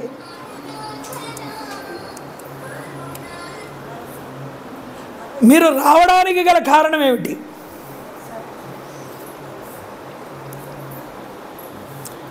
సుందరీమణులారా, ఇది కాళరాత్రి, నిశిరాత్రి, క్రూర మృగాలు సంచరించేటటువంటి ప్రదేశం. మీరు ఇంటికి వెళ్ళండి. ఇలా తిరగడం రాత్రిపూట మంచిది కాదన్నారు స్వామి. వేణుగానం చేసి మోహం పెట్టి మాయ ద్వారా పిలిచింది ఈయనే. వచ్చిన తర్వాత రాత్రిపూట ఇలా తిరగడం మంచిది కాదమ్మా, ఇంటికి వెళ్ళండి మీరు అంటున్నాడు. మాతరః పితరః పుత్ర భ్రాతరః పతయశ్చవః. మీ సోదరులు, కుమారులు, పుత్రులు, భర్తలు, తల్లిదండ్రులు మీకోసం ఎదురు చూస్తూ ఉంటారు. వాళ్ళకి సేవ చేయడం మానేసి అలా అన్యాయంగా వాళ్ళని వదిలేసి నా దగ్గరికి రావడం ఏమిటి మీరందరూ ఈ సమయంలో అంటున్నారు. పరీక్ష పెడుతున్నారండి స్వామి. ఒక గురువు శిష్యుణ్ణి పరీక్షించినట్లుగా వీడు ఆసక్తితో, దృఢమైన నిశ్చయంతో, దీక్షతో వచ్చాడా లేదా నా దగ్గరికి. అలాగే స్వామి కూడా పరమాత్మ నా కోసమే వచ్చారా కాదా, నా యందు మనసు లగ్నం చేశారా లేదా, ఇది తెలుసుకుంటున్నాడు. అంటే నాతో ఆనందాన్ని అనుభవించడానికి ఆ స్థితి, ఆ బ్రహ్మైక్య స్థితి వీడిలో ఉందా లేదా అని చెప్పడానికి ఈ పరీక్ష. ఇది విప్రియమాకర్ణ్య గోప్యో గోవింద భాషితం. గోపికలందరూ కూడా భావిస్తున్నారు, వాళ్ళల్లో వాళ్ళు మాట్లాడుకుంటున్నారు. మాట్లాడుకుని శ్రీకృష్ణ పరమాత్మతో అంటున్నారు, స్వామి ఇలాంటి అప్రియమైన మాటలు నువ్వు ఎప్పుడూ పలక్కు మా దగ్గర అన్నారు. మా ఆశలన్నీ అడుగొంటిపోతాయి నువ్వు ఇలా మాట్లాడితే. అంతులేని చింతలో ఉన్నాం మేమందరం. కాళ్ళ బొటని వేలిని భూమికేసి అలా అడ్డంగా రాస్తున్నారట. అంటే మా గోడు నువ్వైనా అర్థం చేసుకో అమ్మా భూమాత, ఇంత కష్టపడి వస్తే మమ్మల్ని కాదంటున్నాడు ఈ వ్రజనాథుడు. ఆ మట్టికి కూడా చాలా విలువ ఉందండి. వ్రజ అన్నారు, అందుకనే బృందావనాన్ని. వ్రజ అంటే ఏమిటన్నారు? రజ, వ్రజ. అనే ధాతువు రజతో కలిస్తే వ్రజ అయిందండి. అంటే అర్థం ఏమిటన్నారు? మోక్షం అన్నారు. రజ అంటే ఏమిటన్నారు? రజస్సు, అణువు అన్నారు. ఎక్కడైతే మోక్షం కూడా అణువు కింద లెక్కో అది వ్రజభూమిరా నాయన. అందుకనే బృందావనం వెళ్తే ఆ అణువుతో సమానమైన మోక్షం కాబట్టి మట్టి తెచ్చుకుంటాం వెళ్ళి మనం బృందావనాన్ని. చూడండి, గోప్యఊచు, గోపికలు మాట్లాడుతున్నారు. కృష్ణప్రభో నువ్వు ఇలా పరుషంగా కనుక మాట్లాడితే ఏమాత్రం మాకు న్యాయం కాదు. మా సర్వస్వాన్ని వదిలిపెట్టాం మేము. అంటే అర్థం చేసుకోండి, భగవంతుణ్ణి పొందాలి అంటే మనకున్నదాన్నంతా వదిలిపెట్టేయాలని అర్థం. మయ్యర్పిత బుద్ధి, నీ బుద్ధి నా కోసం అర్పించినదై ఉండాలి. స్వామి నిన్నే నమ్ముకున్నామయ్యా, నీ పాదాలని ఆశ్రయించామయ్యా, వచ్చినటువంటి నీ భక్తులమయ్యా, మేమందరం భక్తురాండ్రమయ్యా. గట్టి పట్టుదల గలవాడివి నువ్వు, దయతో మమ్మల్ని విడిచిపెట్టొద్దు, మమ్మల్ని అనుగ్రహించు అని కోరుకున్నారు. ఇక భర్తలు, పుత్రులు, తల్లిదండ్రులు అంటావా, వీళ్ళందరినీ సేవించడం ఉన్నదే ఇది పరమధర్మమే కాదనం మేము ఎప్పుడు. కానీ ధర్మముల యొక్క మర్మజ్ఞుడు అయినటువంటి నీవు చెప్పినటువంటి మాటలు చాలా సత్యం. దేహదారులు ఉంటారే, శరీరాన్ని పొందిన వాళ్ళు, ఈ శరీరాన్ని పొందిన వాళ్ళందరికీ నీ మాటలు చాలా ప్రియమైనటువంటివి. నువ్వు కూడా ప్రియుడివే, ఆత్మవు అందరికీ కూడా. నువ్వు ఇక్కడ చెప్తున్నారండి, కుర్వంతి త్వయి రతిం కుశలాహ స్వ ఆత్మను. ఆత్మజ్ఞాన నిపుణులు నీ అందు ఎప్పుడూ కూడా ప్రేమ కలిగి ఉంటారయ్యా. అంటే పరమాత్మ తత్వం తెలిసిన వాడు. అందరికీ నువ్వు ఆత్మీయుడివి, ఆత్మస్వరూపుడివి. ఇప్పుడేం చేయమంటావు? ఆత్మస్వరూపుడు ముఖ్యమా, తండ్రి తల్లిదండ్రులు కొడుకు భర్త వీళ్ళు ముఖ్యమా? అంటే మా ఎడల నువ్వు ప్రసన్నుడు అయితే స్వామి, ఈ దుఃఖాలు మిగిల్చేటటువంటి ప్రియుడు కానీ, భర్త కానీ, కుమారుడు కానీ, కూతురు కానీ వీళ్ళందరితో పనే ఉందన్నారు. ఆత్మస్వరూపుడివైన నువ్వు ఇచ్చే ఆనందం ముందు తండ్రి ఇచ్చే ఆనందం కానీ, భర్త ఇచ్చే ఆనందం కానీ, కొడుకు ఇచ్చే ఆనందం కానీ, కూతురు ఇచ్చే ఆనందం కానీ ఏదైనా ఉంటుందా? నీ ముందు ఇవేమీ నిలబడవన్నారు. వాళ్ళ భక్తి ఎంత దాకా వెళ్ళిందో చూడండి. కాబట్టి నీ ఆనందంతో పోల్చుకుంటే అవన్నీ దుఃఖాలే. ఈ దుఃఖాలు మాకు కావాలని అనుకోవట్లేదు, ఈ బంధాలు. మాకు నీ ఆనందం కావాలన్నారు, నీతో రమించేటటువంటి ఆనందం కావాలన్నారు. ఇప్పటి వరకు మా దృష్టి అంతా ఇంటి మీదే కేంద్రీకృతమై ఉన్నది. కానీ మేము చూస్తూ చూస్తూ ఉండగానే మా చిత్తాలన్నీ కూడా అనాయాసంగా నువ్వు దొంగలించేసావు స్వామి అన్నారు. దొంగలించేసి ఇప్పుడు ఈ మాటలు నువ్వు మాట్లాడుతున్నావు మా దగ్గర. గోపిక చిత్తచోరుడు అంటే ఇదే. చిత్తం సుఖేన భవతాం అపహృతం గృహేషు. మా చిత్తాలు దోచుకున్నావు. పాదౌపదం న చలతస్తవ పాదమూలాత్. నీ చరణ కమలాల్ని ఆశ్రయించామయ్యా స్వామి. ఈరోజు వచ్చి నీ పాదాలే నమ్ముకున్నాం, విడిచిపెట్టకు మమ్మల్ని. ఒక్క అడుగు కూడా నువ్వు కనుక మమ్మల్ని అనుగ్రహించకపోతే మేము ముందరికి వేయలేమన్నా. కాబట్టి మేము తిరిగి వ్రజభూమికి ఎలా వెళ్ళగలం? మా ఇంటికి చెప్పవయ్యా. ఇలా అంటే స్వామివారు ఆనందించారండి. ఆనందించి చిరునవ్వు నవ్వారు. రండి మిమ్మల్ని అనుగ్రహిస్తున్నానన్నారు స్వామి. చక్కగా మండలాకారంలో కలిసి వాళ్ళందరితో చేతుల్లో చేయి పెట్టి కలిపి స్వామివారు వాళ్ళతో ఆనందిస్తూ విహరిస్తున్నారట బృందావనంలో.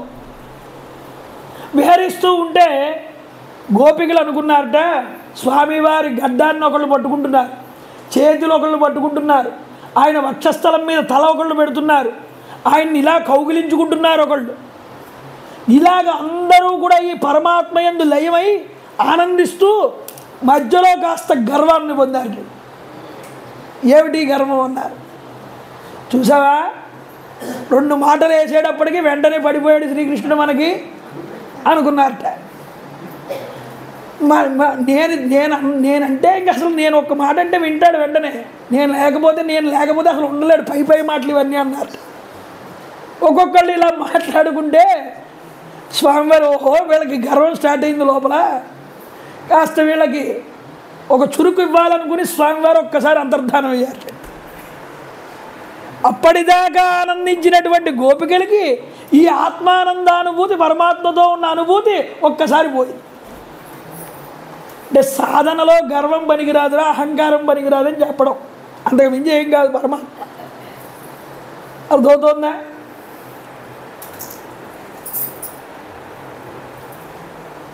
అందుకనే యోగ అన్నారు. ఈ యోగం నుంచి ఎప్పుడు బయటపడిపోతాడంటే మనిషి అహంకారం బయలుదేరినప్పుడే. నేను అనే భావం వచ్చిందంటే ఎప్పుడైతే అప్పుడు వెంటనే వదిలేస్తాడు భగవంతుడు. ఇప్పుడు నా వల్లే కృష్ణుడు ఏమయ్యాడన్నారు? వచ్చి మనతో క్రీడిస్తున్నాడన్నారు. జ్ఞానము, భగవత్ ఉపాసన, కీర్తనము, సాక్షాత్కారము, ఆనందానుభూతి ఇవన్నీ ఏవైతే ఉన్నాయో దీనిని యోగం అన్నారు.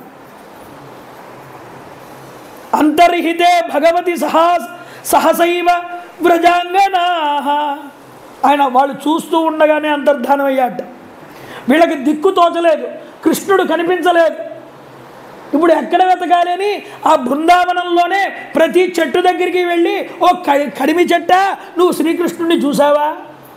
ఓ వెలగ చెట్ట నువ్వు శ్రీకృష్ణుడిని చూసావా? ఓ తులసి వృక్షమా నువ్వు చెప్తావా? నువ్వెందుకు చెప్తావులే, నువ్వు కూడా భార్యవిగా ఆయనకి, సవతులతో ఎందుకు మాట్లాడుతావు నువ్వు చెప్పవన్నారు. చూడండి, మా పురుషోత్తముడు కనిపించాడా అని భూదేవిని అడిగారు. కింతే కృతం క్షితితపో బతకేశవాంగ్రి. నువ్వెంతో తపస్సు చేశావో ఓ భూదేవి, పరమాత్మ యొక్క పాద స్పర్శకి నోచుకుంటున్నావు నువ్వు. కోమలమైన శ్రీకృష్ణ పాద సుఖస్పర్శ ఆనందానుభవాన్ని పొందిన దాని నీకన్నా అదృష్టవంతులు ఎవరైనా ఉంటారా? కృష్ణుడి జాడ తెలిపి నువ్వు మాకు ఆనందాన్ని కలగజేయవమ్మా. వేడుకుంటున్నారండి. గర్వపడ్డం ఎందుకు, ఇప్పుడు వేడుకోవడం ఎందుకు?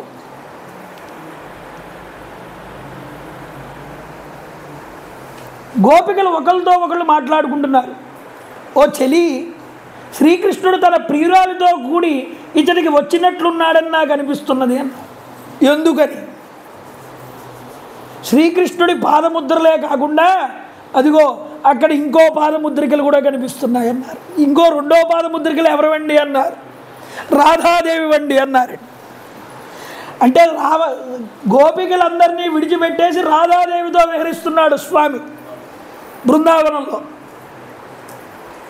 రాధతో కలిసి తిరుగుతూ ఉంటే వాళ్ళు అనుకుంటున్నారట, చాలాసేపు వెతికారు, కనిపించలేదు. శ్రీకృష్ణుడి మీదే మనసు లయమై ఉన్నదేమో, శ్రీకృష్ణ లీలల్ని మనం చేద్దామా అన్నారు. వీళ్ళందరూ అనుకున్నారు మాట. ఒకళ్ళు పూతనగా, ఒకళ్ళు కృష్ణుడిగా, ఒకళ్ళు తృణావర్తుడిగా, ఒకళ్ళు కృష్ణుడిగా, ఒకళ్ళు గోపాలుడిగా, ఒకళ్ళు కృష్ణుడిగా, అలాగే ఒకళ్ళు శకటాసురుడిగా, ఒకళ్ళు కృష్ణుడిగా.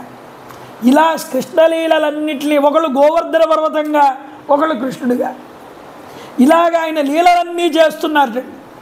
ఒకళ్ళు బ్రహ్మగారి కింద మారారట, ఒకళ్ళు గోపబాలుడి కింద మారారట, ఒకళ్ళేమో కృష్ణుడి కింద మారారట. ఇలాంటి అన్ని లీలలు చేస్తూ ఉండగా కృష్ణ పరమాత్మ పాదముద్రికలు దూరంగా కనిపించే వీళ్ళకి ఒక చెలి ఇంకో చెలితో అంటున్నది, ఆ స్త్రీ యొక్క పాదముద్రికలు చూడవే ఇక్కడ బాగా లోతుగా పడ్డాయి అని. కొంచెం ముందరికి వెళ్ళారు. అక్కడ స్త్రీ యొక్క పాదముద్రికలు కనిపించలేదన్నారు. ఏమైంది అన్నారు. ఏమీ లేదు, ఇద్దరూ హాయిగా విహరిస్తున్నారు కదా, ఈవిడికి అలసట వచ్చి ఉంటుంది, స్వామి ఎత్తుకుని ఉంటాడు అని. ఒకళ్ళ గుర్తులే కనిపిస్తున్నాయి ఇక్కడ. కాబట్టి స్వామి యొక్క కాళీ ముద్రలు చాలా లోతుగా పడ్డాయి కాబట్టి బరువు పెరిగి ఉండొచ్చు, ఆవిడ ఎత్తుకుని ఉన్నాడు ఆలోచిస్తున్నారు. కొద్దిగా దూరం వెళ్ళారు. ఒక రాయి కనిపించింది, దాని మీద స్వామివారు కూర్చున్న గుర్తులు ఉన్నాయి అక్కడ. ఇదిగో చూసారా, ఇక్కడ స్వామివారు ఇక్కడ కూర్చున్నారన్నమాట. అయితే రాధాదేవి ఆ మహాత్ముడు ఆవిడతో తిరుగుతున్నాడుగా ఈయన, బయటికి రానివ్వరు పేరు. ఆవిడ్ని ఒళ్ళో కూర్చోబెట్టుకుని చక్కగా ఆవిడ యొక్క తల మీద నిమురుతూ ఆవిడ ముంగురులు సవరిస్తూ ఆవిడ ఒళ్ళో కూర్చోబెట్టుకుని ఉంటాడు స్వామి ఇక్కడ. అందుకని ఆయన కూర్చున్న ప్రదేశం కనిపిస్తున్నదన్న. కొంత దూరం వెళ్ళేటప్పటికీ సగం పాదమే కనిపించిందిట, మిగతా సగం పాదం కనిపించలేదుట. ఇక్కడ ఎందుకు ఇలా ఉందే పాదం గుర్తు అన్నారు. స్వామివారు ఆ గోపిక ఉన్నటువంటి కోరిక తీర్చడానికి ఆ చెట్టు మీద ఉన్నటువంటి పుష్పాలను అందుకోవడానికి ఎగిరారే ఇక్కడ అన్నారు. ఎగిరినప్పుడు ఏమవుతుంది, సగం పాదమే కింద పడుతుంది ముద్ర. కాబట్టి ఎగిరినటువంటి పాదముద్రికలు ఇక్కడ కనిపిస్తున్నాయంటే రాధాదేవికి పుష్పాలు కోయడానికి వచ్చాడు కృష్ణుడు అన్నారు. ఇలా ఆలోచన చేస్తూ ఉండగా ఈ కనిపించని స్త్రీ ఉన్నదే, ఈ కనిపించని స్త్రీ మనసులో అనుకుందిట, వీళ్ళందరినీ విడిచిపెట్టి స్వామి నాతోనే వచ్చాడు, నాకన్నా గొప్ప స్త్రీ, ఇష్టమైన స్త్రీ స్వామికి మరొకళ్ళు లేరు, కాబట్టి నేనే అందరికన్నా ఇష్టమైనటువంటి స్త్రీని. ఆ భావం ఆవిడికి కూడా కలిగింది. ఆవిడికి ఎందుకు కలిగిందని లోకానికి చూపించడానికి కలిగింది. ఆవిడ కలిగితే ఏమైందన్నారు, స్వామి మీరు నాతో ఒక్కదానితోనే మీరు విహరిస్తున్నారు కదా, నాకు ఓ కోరిక ఉంది, తీరుస్తారా? అయ్యేమిటి, నన్ను మీ భుజాల మీదకి ఎత్తుకుంటారా? అయ్యో తప్పకుండా ఎత్తుకుంటాను, ఎందుకు ఎత్తుకోను, రా వచ్చి ఎక్కువ నా భుజాల మీద. కానీ అనగానే పాపం ఆవిడ ఎక్కడానికి సిద్ధమై వెనక్కాలకి వచ్చిందిట. ఈ వెనక్కాల వచ్చి ఎక్కుతూ ఉన్న సమయంలో ఆయన మాయమైపోయాడు. మాయమైపోయేటప్పటికీ ఈవిడికి పాపం ఇబ్బంది పడింది. అయ్యయ్యో స్వామి కనిపించకుండా వెళ్ళిపోయాడు. ఒక చోట కూర్చొని బాధపడుతోందిట. దూరం నుంచి గోపికలు చూశారు ఆ స్త్రీని. ఇదిగో చూడండి, ఇక్కడే ఉంది మనం వెతికిన స్త్రీ, ఈవిడ మన బ్యాచ్లోనే చేరింది, రా అమ్మా లోపలికి, నువ్వు కూడా మాతో పాటు రా అన్నారు. ఇలా వచ్చిన తర్వాత స్వామిని ప్రార్థన చేశారండి. ఈ ప్రార్థన చేయడమే గోపికా యుగళ గీతాలంటారు. గొప్పదైనటువంటిది. కృష్ణ పరమాత్మతో విరహాన్ని పొంది ఆ విరహాగ్నిలో కాలిపోతున్నటువంటి గోపికలు పాడినటువంటి పాటలే గోపికా గీతలు. ఏమండి గోపికా గీతల గురించి చెప్పుకుందాం. ఎవరైనా కాస్త టీ కానీ ఏదైనా తాగి వచ్చేవాళ్ళు అయితే గమ్మును